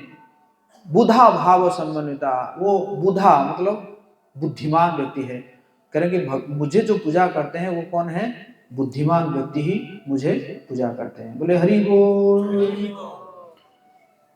तो जो भी सज्जन होते हैं वो जानते हैं कि भगवान जो है इस सृष्टि को क्या कर रहे हैं, सृजन कर रहे हैं, पालन कर रहे हैं। भगवान भगवद्गीता में कहते हैं कि मैं जल का स्वाद हूं, है कि नहीं, I am the taste of water, ऐसे कह रहे हैं। और अगर जल में अगर स्वाद नहीं होता तो जल को कोई नहीं पीता, है कि नहीं। तो इसी प्रकार जो है यहाँ पे प्रश्न का उत्तर दे रहे हैं, यमदूत जो है वो प्रश्न का उत्तर दे रहे हैं। और फिर कह रहे हैं कि अच्छा ठीक है, कैसे तय करते हो आप लोग, अगर कोई धर्म कर रहा है या अधर्म कर रहा है कैसे तय करते हो। कहते कि 12 लोग हमने अपॉइंट किया है जो कि इसको सब देखते रहते हैं। जैसे कैमरा लगाते हैं, सो कैमरा लगते हैं कोई शॉप में या स्कूल में, कॉलेजेस में या ऑफिस में, कैमरा लगता है, एक जगह कई जगह में कैमरा लगता है, वो मालिक जो है वो बैठ के तो देखता रहता है ना। तो इसी प्रकार ये सब जो है क्या है, सब सूर्य है, अग्नि है, आकाश है, कुछ देवता हैं, और ये सब जो है क्या करते हैं, साक्षी है, ये सब देखते रहते हैं कि कौन धर्म करता है और कौन अधर्म करता है। जैसे बताया गया कि जैसे कोई शराब पी रहा है, तो अगर शराब पीता है तो उसको क्या किया जाता है, उसको जो है नरक में लोहे को गर्म करके उसको जो है पिलाया जाता है जबरदस्ती, है ना। तो इसी प्रकार जो है जो भी पाप करता है उस पाप की सजा उसको जो है हम वहां पे देते हैं। और तो बहुत सुंदर यहाँ पे जो प्रवचन चल रहा है दोनों के बीच में है? और अजामिल जो है उस वहीं पे लेटा हुआ है और उसका छाती धक धक धक धक कर रहा है कि कौन जीतेगा, कौन जीतेगा, सही में मैं नरक जाऊंगा या मैं बच जाऊंगा। फिर जो है यमदूत कहते हैं कि आप तो निष्पाप हैं, आप तो नहीं जानते हैं कि प्रकृति के तीनों गुणों के प्रभाव से लोग जो है किस प्रकार के पाप करते रहते हैं। प्रकृति के 3 गुण हैं, सत्वगुण, रजोगुण और तमोगुण। इस सत्वगुण और रजोगुण तमोगुण जो है हमें क्या करते रहते हैं, नचाते रहते हैं। जिस प्रकार एक कठपुतली को, पहले आप देखेंगे कठपुतली को नचाते हैं, रस्सी से नचाते हैं, तो उसी प्रकार ये तीनों गुण नचाते रहते हैं। कई बार ये तीनों गुणों में भी संघर्ष होता है और उसमें और कई गुण निकलता है। तो इसी प्रकार ये जो है लोग कभी सत्वगुण में रहते हैं, कभी जो है सत्वगुण में सुख और ज्ञान में बन जाते हैं, या रजोगुण में रहते हैं या तमोगुण में रहते हैं। तो देखा जाए ये जो संसार है, संसार में सभी कुछ जड़ पदार्थ है, सभी जो है भौतिक है। और जीव अगर देखा जाए इतना छोटा है जीव। जैसे श्वेत सुतार उपनिषद में कहा गया है कि हमारा जो बाल है, बाल का जो अग्रभाग है, उस बाल के अग्रभाग को अगर हम 10,000 पार्ट करेंगे और उस पार्ट से अगर एक पार्ट निकलेगा तो वो है साइज किसका, जीव का। देखिए कितना छोटा सा जीव है, और वो और बाकी सब जो है वो क्या, जड़ है। बाकी सब जड़ है। तो इसी प्रकार जो है संघर्ष चलता रहता है जीव का। और तो इसी प्रकार धर्म और अधर्म करता रहता है, और धर्म करता है तो धर्म का भी फल भोगता है, और अधर्म करता है तो अधर्म का भी फल जो है वो भोगता रहता है। और अगर परिवार चलाने के लिए कोई पाप करता है ना, लेकिन वो कहेगा कि चलो ठीक है मैं तो परिवार चला रहा हूँ, पाप मेरा पाप जो है परिवार वाले ही देखेंगे, लेकिन ऐसा नहीं होता है। आप देखेंगे रत्नाकर डाकू था, लोगों को मारता था, पिटता था और पैसा कमाता था। और एक बार नारद मुनि मिल गए, बोले कि उनको भी ढूंढने लगा कि तुम्हारे पास क्या है। नारद मुनि ने कहा मेरे पास तो कुछ है नहीं, बस एक ही बीणा है। तो बोला कुछ तो दो। बोला ये जो तुम कर रहे हो, जो पाप कर रहे हो, ये पाप किस लिए कर रहे हो ना, परिवार चलाने के लिए कर रहा हूं। बोला कि जो पाप कर रहे हो इस पाप का भागीदार कौन होंगे। बोला मेरे परिवार होंगे। बोला कंफर्म है, जानते हो, कभी पूछे हो। नहीं पूछना क्या है, नहीं जाए एक बार पूछ के आओ। बोले तुम तो बड़ा बुद्धिमान हो, मैं जाऊंगा और तुम भाग जाओगे। नारद का कोई बात नहीं, तुम मुझे बांध दो। एक वृक्ष में बांध देता है रत्नाकर डाकू, नारद मुनि को बांध देता है और जाता है घर में पूछने के लिए। और जाके पूछता है, अपने माता पिता से पूछता है कि मैं तुम्हारे लिए बहुत पाप कर रहा हूँ, क्या तुम ये पापी का भागीदार होंगे। वो बोले नहीं, हम तो तुम्हें बचपन से पालन किए थे, तो अब तो तुम्हारा काम है पालन करना। अपने पत्नी को पूछता है, पति का नहीं, तुमने जब जो है मुझे वो किया है, विवाह किया है, तो ये तो तुम्हारा काम है पोषण करना, पालन करना। पुत्र को पूछता है, वो भी वही जवाब देते हैं। तो उसका दिमाग चकरा जाता है, तो वो दौड़ दौड़ के आता है नारद मुनि को, कहता है कि मैं तो इतना सारा पाप किया हूँ, कुछ उपाय बताइए, उपाय बताइए। तो नारद मुनि कहते हैं कि आप जो है राम का नाम जपिए। लेकिन उसने इतना पाप किया था, इतना पाप किया था, इतना मारा था, रत्नाकर डाकू जो है वो उसके मुंह से राम निकलता ही नहीं है, मरा मरा मरा मरा जपता रहता। तो दादू का ठीक है, वही भी जपो। तो ऐसे उल्टा उल्टा जप के उसको जो है ब्रह्मा जी से पद प्राप्त हो गया, वो जो है वाल्मीकि बन गए। अगर उल्टा जप के वो वाल्मीकि बन गए, अगर हम उल्टा जपेंगे तो हमारा क्या होगा? बोले हरे कृष्णा कृष्णा कृष्णा हरे हरे, हरे राम राम राम हरे हरे। तो फिर कह रहे हैं कि देखो, कोई व्यक्ति को अगर हम देखते हैं, उसका अभी का जो परिस्थिति को देख के हम जान जाते हैं कि उसने पिछले में क्या किया है और आगे जाके क्या करने वाला है। अगर उस व्यक्ति को देखा जाए तो देखा जाएगा कि उसका जो फल मिल रहा है वो जरूर पिछले का फल मिल रहा है, और अभी जो काम कर रहा है वो आगे जाके क्या उसको मिलने वाला है। जिस प्रकार आप देखेंगे, किसान क्या करते हैं, किसान जब कोई भी खेती करते हैं या अनाज उगाते हैं, तो वो उस दिन भी कुछ अनाज खा के आते हैं। लेकिन जो अनाज खा के आते हैं वो अनाज कहाँ का होता है, कब का होता है? पुराना अनाज होता है। लेकिन अब भी जो अनाज वो उगा रहे हैं उसका फल उनको बाद में मिलेगा। तो इसी प्रकार कह रहे हैं कि एक व्यक्ति को जो है वो देखने से पता चल जाता है कि उसका पिछला क्या था और आगे जो है क्या होने वाला है। और वर्तमान, भूत और भविष्य को बताता है। इस प्रकार जो है यहाँ पे यमदूत जो है वो कह रहे हैं। जैसे एक भृगु संहिता है, उस भृगु संहिता में अगर आप देखेंगे तो उसमें आपको सारा पता चल जाएगा आप पहले क्या थे और आगे जाके भी क्या होंगे। तो इस प्रकार वो भृगु संहिता से पता चलता है। तो इसी प्रकार बोल रहे हैं कि एक व्यक्ति को देख के पता चल जाता है कि आगे क्या करेगा या पीछे क्या किया था। और वैसे हालांकि हमने 12 साक्षी तो रखा है, लेकिन जो यमराज है, यमराज जी अपने मन से सभी जीव को देख पाते हैं। यमराज जी का जो पुरी है, उस पुरी का नाम है संयमनी पुरी। अर्थात संयमनी पुरी का मतलब है जो सभी को संयम करने वाले है ना, इसको कह सकते हैं कंट्रोलिंग हाउस, जो सभी जीव को संयम करते हैं एक जगह में रहकर, उसको बोलते हैं संयमनी पुरी। तो वो यमराज जी को किसी की जो है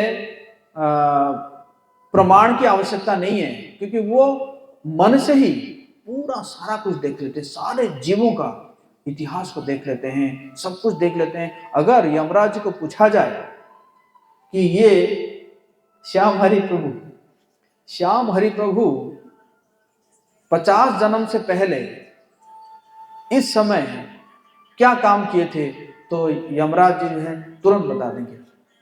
इतना उनका पावरफुल प्रोसेसर होता है। तो इस प्रकार जो है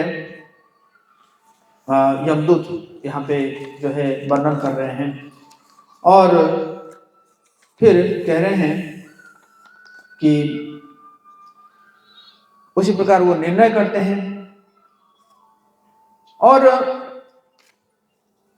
एक एग्जाम्पल दे रहे हैं कि जैसे व्यक्ति सपना देखता है, निद्रा के समय सपना देखता है, तो सपना जब देखता है तो उसी समय मानता है कि यही मैं हूं जो सपना देखता है।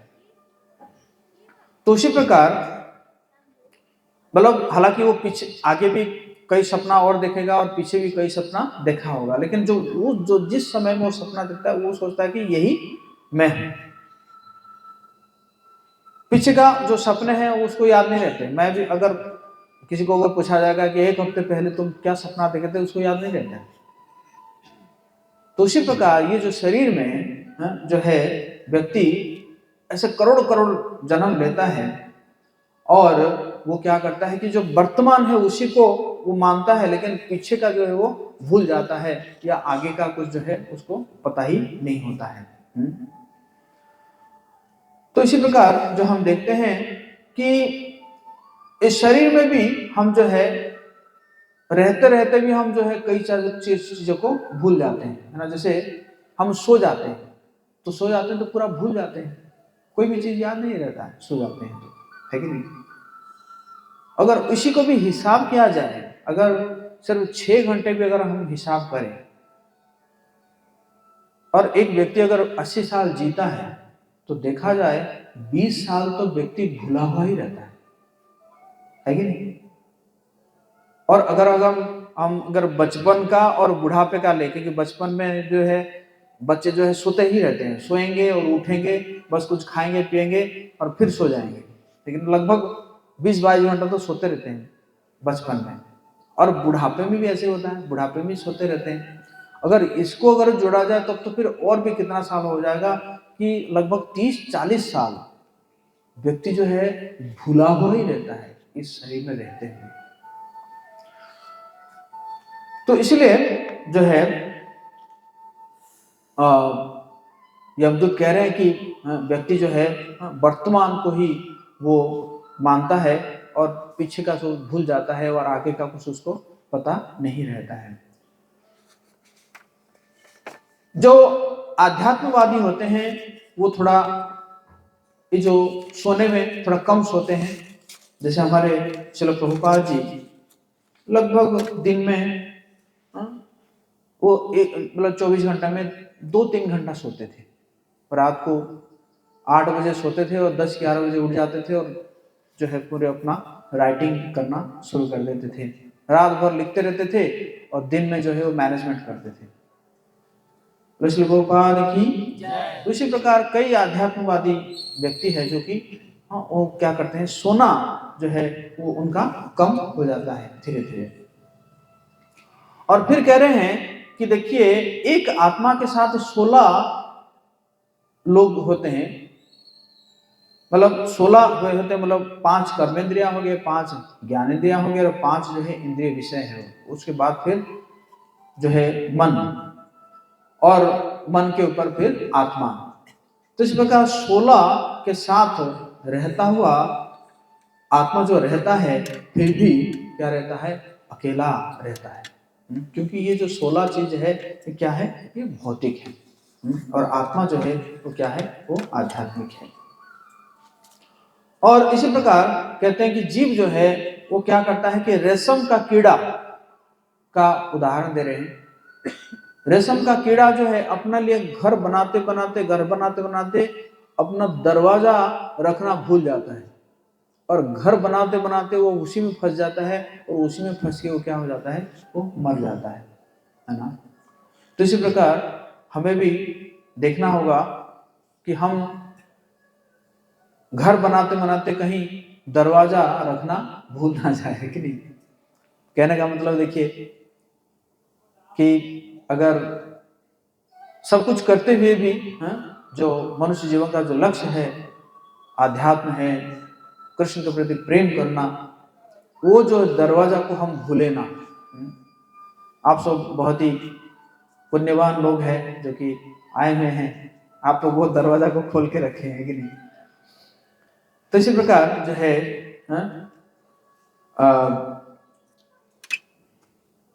इसी प्रकार दरवाजा हमें खुला रखना चाहिए। रेशम का कीड़ा यहाँ पे उदाहरण दे रहे हैं यमदूत। तो काम बिना काम करे कोई रह नहीं सकता और वो जो है निद्रा के समय में भी वो स्वप्न देखता है। और तो इसी प्रकार जो भी आकर्षण होता है, जो भी आसक्ति होता है, उस आसक्ति के अनुसार उसको क्या मिलता है, उसको दूसरा शरीर मिलता है। और तो उसी प्रकार यमदूत यहाँ पे कह रहे हैं और उनको नहीं पता था कि वो जो है जो अजामिल जो है वो जो भगवान का नाम लिया था, और भगवान का नाम भी जो है एक सबसे बड़ा भक्ति है, इसके बारे में यमदूतों को पता नहीं था। और यहाँ पे देखा है हम कि कैसे अजामिल का जो है वो पाप के बारे में ये वर्णन कर रहे हैं, जो है यमदूत जो है यहाँ पे वर्णन कर रहे हैं। और बहुत सुंदर कह रहे हैं कि बहुत ही सुकोमल स्वभाव का था, ब्रह्मचर्य व्रत का पालन कर रहा था, और बहुत ही क्षमाशील था, ब्राह्मणों का आचरण कर रहा था अजामिल, और हमेशा सत्य बोलता था, शास्त्रों से ही उदाहरण देता था, वैदिक मंत्रों का जप भी करता था, जानता था, और बहुत ही सूची था, परस्त्री गमन नहीं क्या करता था, माता पिता का पूजा करता था, और जो है तो इसी प्रकार बहुत ही जगत चर्चा भी नहीं करता था, फालतू बातें भी नहीं करता था अजामिल, किसी का निंदा नहीं करता था, और जो है इस प्रकार बहुत ही अच्छा व्यक्ति था। ये देखा जाए तो बहुत अच्छा व्यक्ति था। लेकिन एक दिन पिता के आज्ञा से वो गया था, कहां पे? वो जंगल गया था।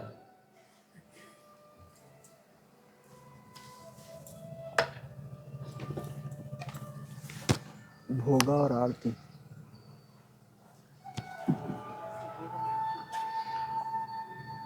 और गया था, क्या लेने के लिए गया था?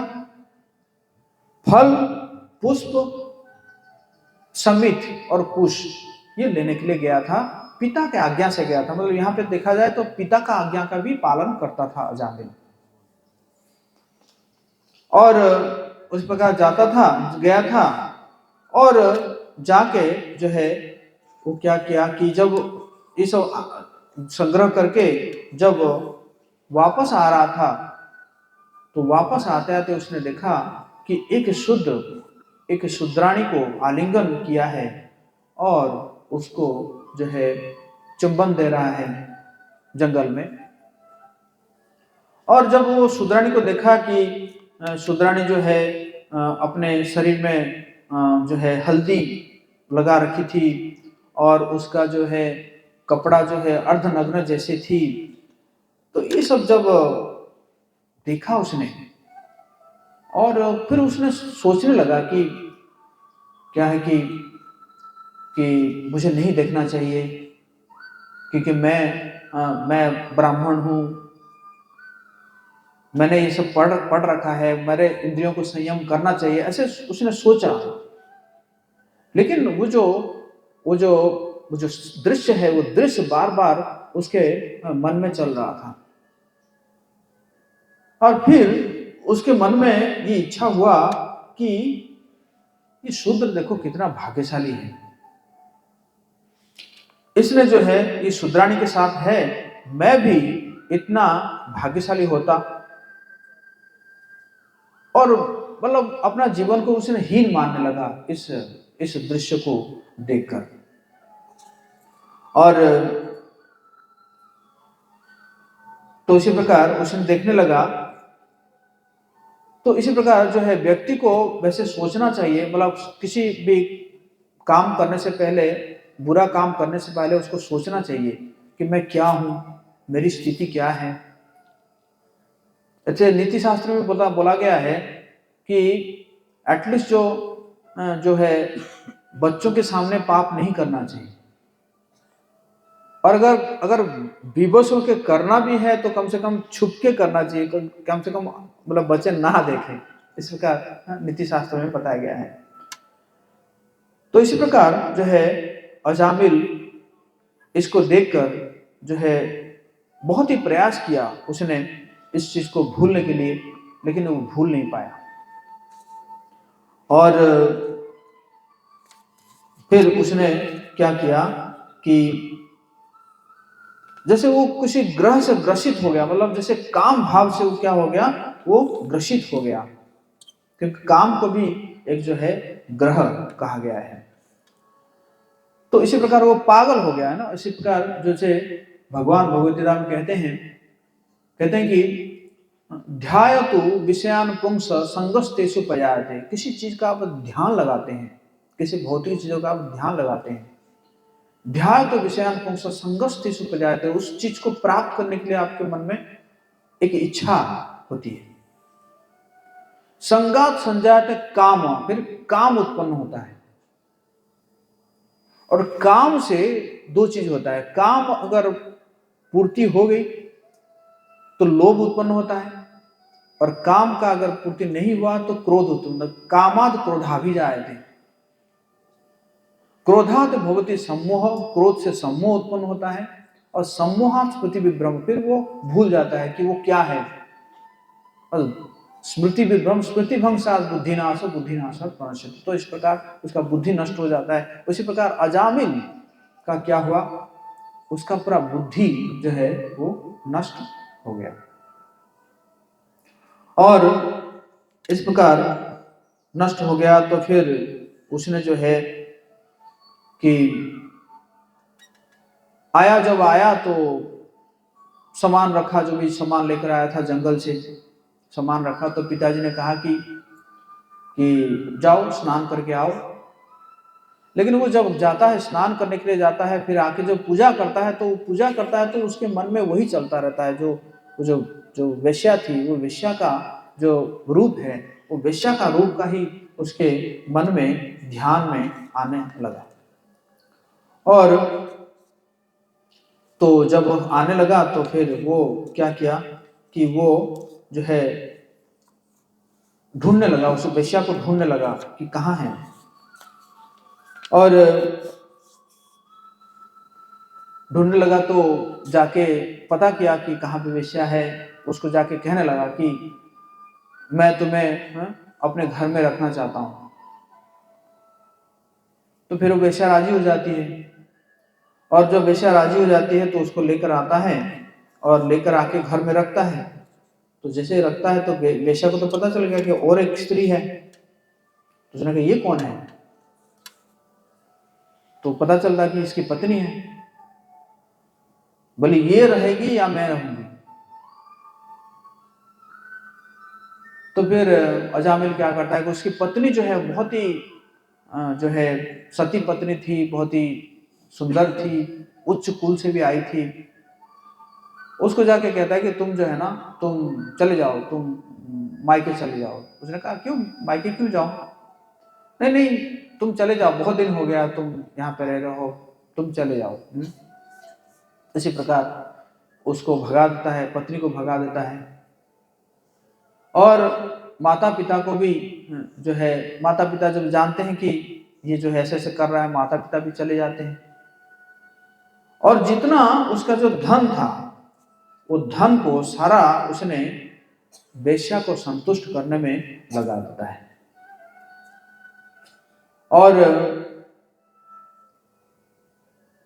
फिर जो है वेश्या को संतुष्ट करने के लिए उसने जो है कई प्रकार के अनाचार जो है दुराचार करने लगता है।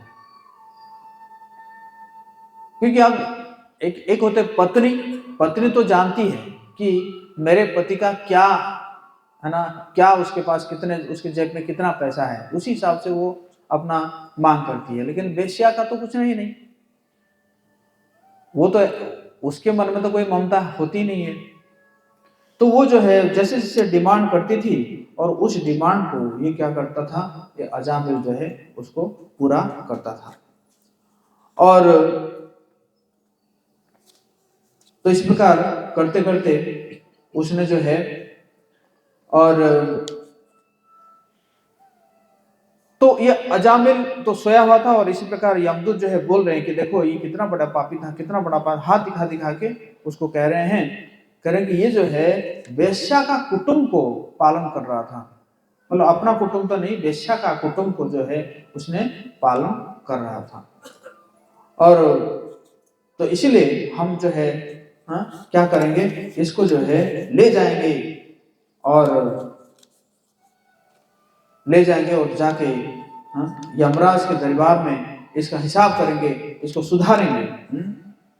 मल खाता था, मल खाता था, मल खाता था मतलब क्या है कि वेश्या का हाथ का भोजन खाता था।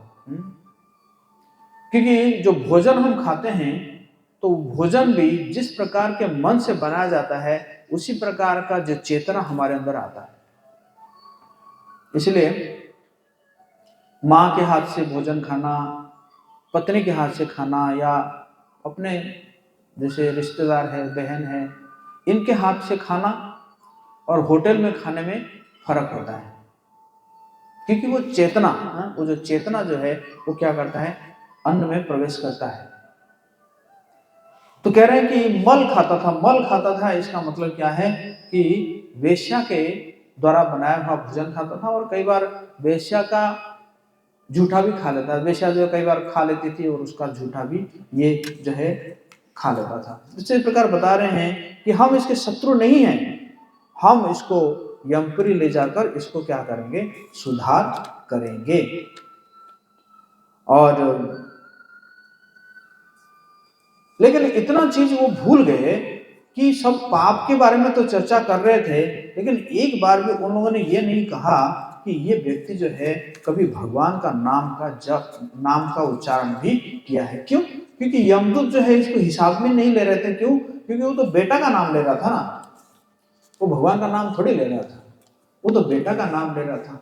इसी कारण वो उसको हिसाब में नहीं रख रहे थे। तो इसी प्रकार ये अध्याय यहाँ पे संपूर्ण होता है कि यमदूत अपना पक्ष रख रहे हैं कि कैसे ये व्यक्ति जो है वो सबसे बड़ा पापी है, इसने इतना इतना पाप किया है, और तो इसलिए ये इसको दंड दिया जाना चाहिए। और कल हम चर्चा करेंगे फिर विष्णुदूत जो है वो कैसे प्रमाण करेंगे, कहेंगे कि ये सबसे बड़ा पापी नहीं है, बल्कि ये जो है वो सबसे बड़ा धर्मात्मा है। हरे कृष्णा कृष्णा कृष्णा हरे हरे, हरे राम राम राम हरे हरे। श्री हरि कथा महामहोत्सव की जय। किसी का कोई प्रश्न है आप पूछ सकते हैं।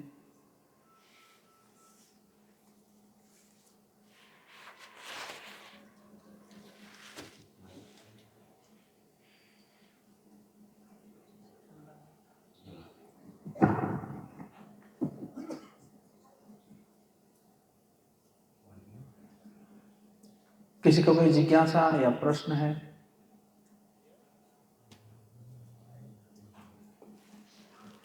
वो कहाँ गया?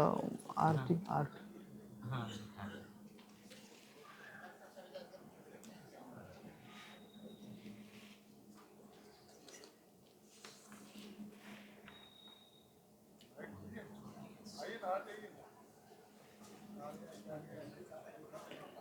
कॉर्डलेस माइक दे दीजिए। कॉर्डलेस नहीं, हरे कृष्ण। स्वामी जी प्रश्न है,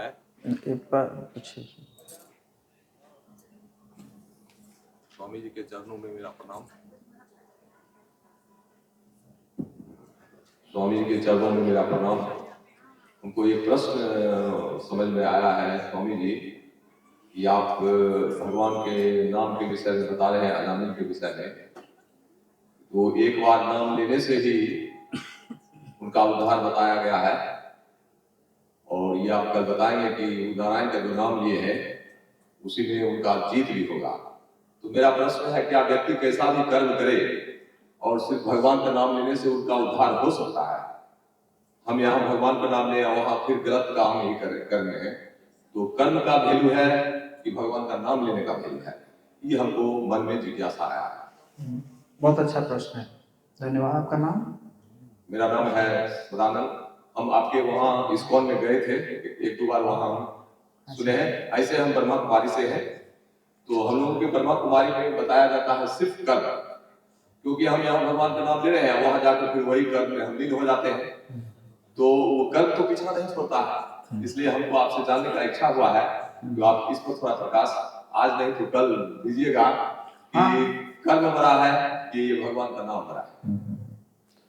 तो इनका बहुत अच्छा प्रश्न है कि ठीक है, आप जाइए बैठिए। कि कोई अगर व्यक्ति जो है इस प्रकार सोचे कि मैं भगवान का नाम भी लेता रहूंगा और पाप भी करता रहूंगा, तो इसलिए एक है पाप, एक है अपराध। तो अजामिल जो है वो पापी था, क्योंकि अजामिल जो है वो ये सोच के नहीं ले रहा था कि मैं ये कर रहा हूं तो इसका मतलब मेरा पाप कट जाएगा। वो तो अपना बेटा का नाम ले रहा था। तो अजामिल जो है पापी था, लेकिन वो अपराधी नहीं था। लेकिन कोई व्यक्ति अगर भगवान का नाम लेकर सोचेगा कि मैं पाप भी करूंगा और साथ साथ नाम भी लेता रहूंगा और उससे मेरा पाप कट जाएगा, तो फिर उसका पाप जो है ना अपग्रेड हो जाता है, किसके प्रति? अपराध हो जाता है। तो फिर अपराध का फिर जो है ना उसका थोड़ा निदान जो है वो कष्टकर हो जाता है। तो इसीलिए अजामिल जो है वो पापी था, लेकिन अजामिल जो है अपराधी नहीं था। अपराध भी कई प्रकार का अपराध है, जैसे साधु निंदा करना अपराध है, शास्त्रों को अवमानना करना अपराध है, गुरु को अवज्ञा करना अपराध है, और भगवान के नाम को काल्पनिक समझना अपराध है। तो इसी प्रकार जो है कई प्रकार का अपराध होता है। नाम अपराध होता है, सेवा अपराध होता है। तो इस प्रकार के अपराध है। लेकिन अजामिल के केस में क्या है, वो अपराधी नहीं था, वो पापी था, शुद्ध पापी था, लेकिन वो अपराधी नहीं था। क्यों? क्योंकि वो कभी ऐसा सोचा ही नहीं था कि मैं जो है जो भगवान का नाम ले रहा हूं इसलिए मेरा पाप कट जाएगा, है ना। तो भगवान का, हाँ, और दूसरा चीज इन्होंने जो पूछा कि क्या भगवान का एक नाम लेने से उद्धार हो जाएगा? नहीं, अजामिल का उद्धार नहीं हुआ है। कल हम चर्चा करेंगे कि अजामिल को भी लगभग 15 साल लगा, तुरंत उसका उद्धार नहीं होता है। उसके बाद भी उसको 15 साल और लगा उसको उद्धार होने के लिए। 15 साल के बाद जाके फिर वही विष्णुदूत आएंगे और उसको लेकर जाएंगे। एटलीस्ट उसका जो है वो पाप मुक्त हो गया और उसने भगवान का नाम को इतना महिमा, इतना सुन लिया, वो तुरंत वहां से भागा, जो हरिद्वार गया और हरिद्वार में 15 साल तक उसने भजन किया और फिर जाके उसने जो है उसको जो है भगवत प्राप्ति हुई। तो इसलिए ये चीजों में थोड़ा सा ध्यान रखना होगा। और कोई प्रश्न है?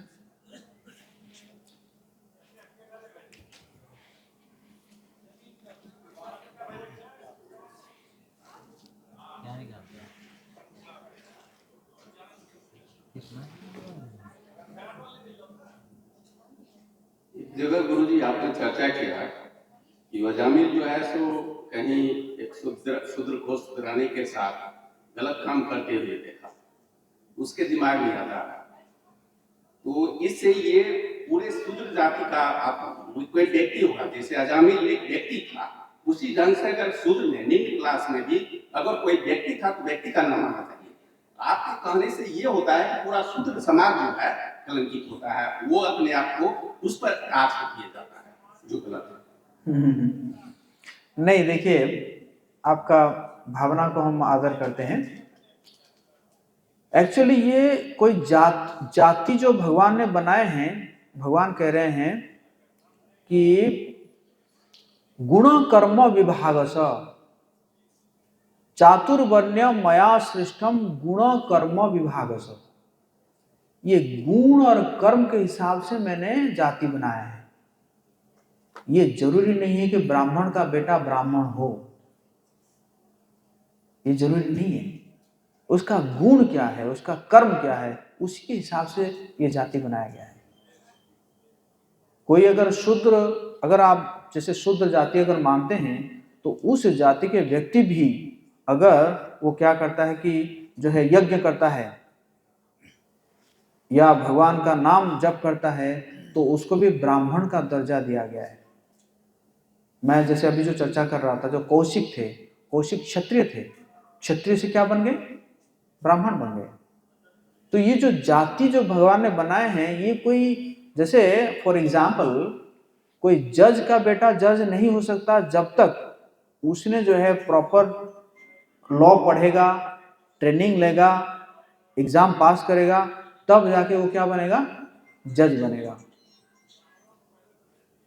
तो इसलिए ये मानना गलत है कि ब्राह्मण का बेटा भी ब्राह्मण हो गया, नहीं।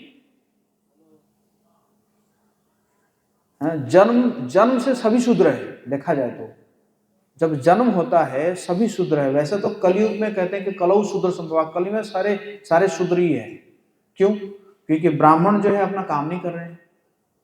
सो कॉल्ड ब्राह्मण जो कह रहे हैं हम, ब्राह्मण आज नशा कर रहा है, तो फिर वो किस चीज का ब्राह्मण है? ब्राह्मण कोई तपस्या नहीं कर रहा है। आज देखेंगे आप, कोई अगर पूजा पाठ नहीं है, ब्राह्मण 8 बजे तक सोता रहता है, क्या मैं गलत कह रहा हूं क्या? तो कैसे ब्राह्मण है? तो ये जो बताया गया है, ये कर्म, गुण कर्म विभाग से, गुण और कर्म से व्यक्ति को कहा जाता है कि वो किस कैटेगरी का है।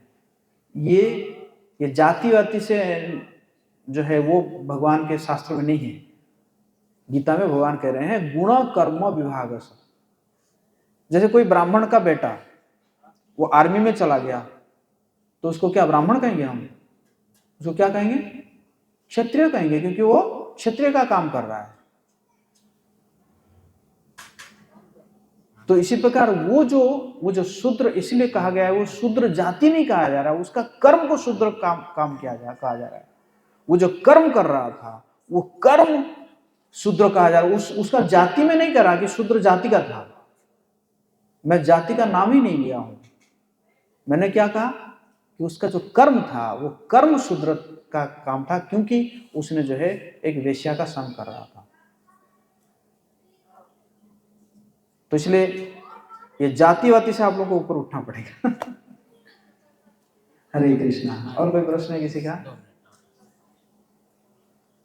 अभी हम एक छोटा सा आरती करेंगे भागवत का, फिर उसके बाद समापन करेंगे।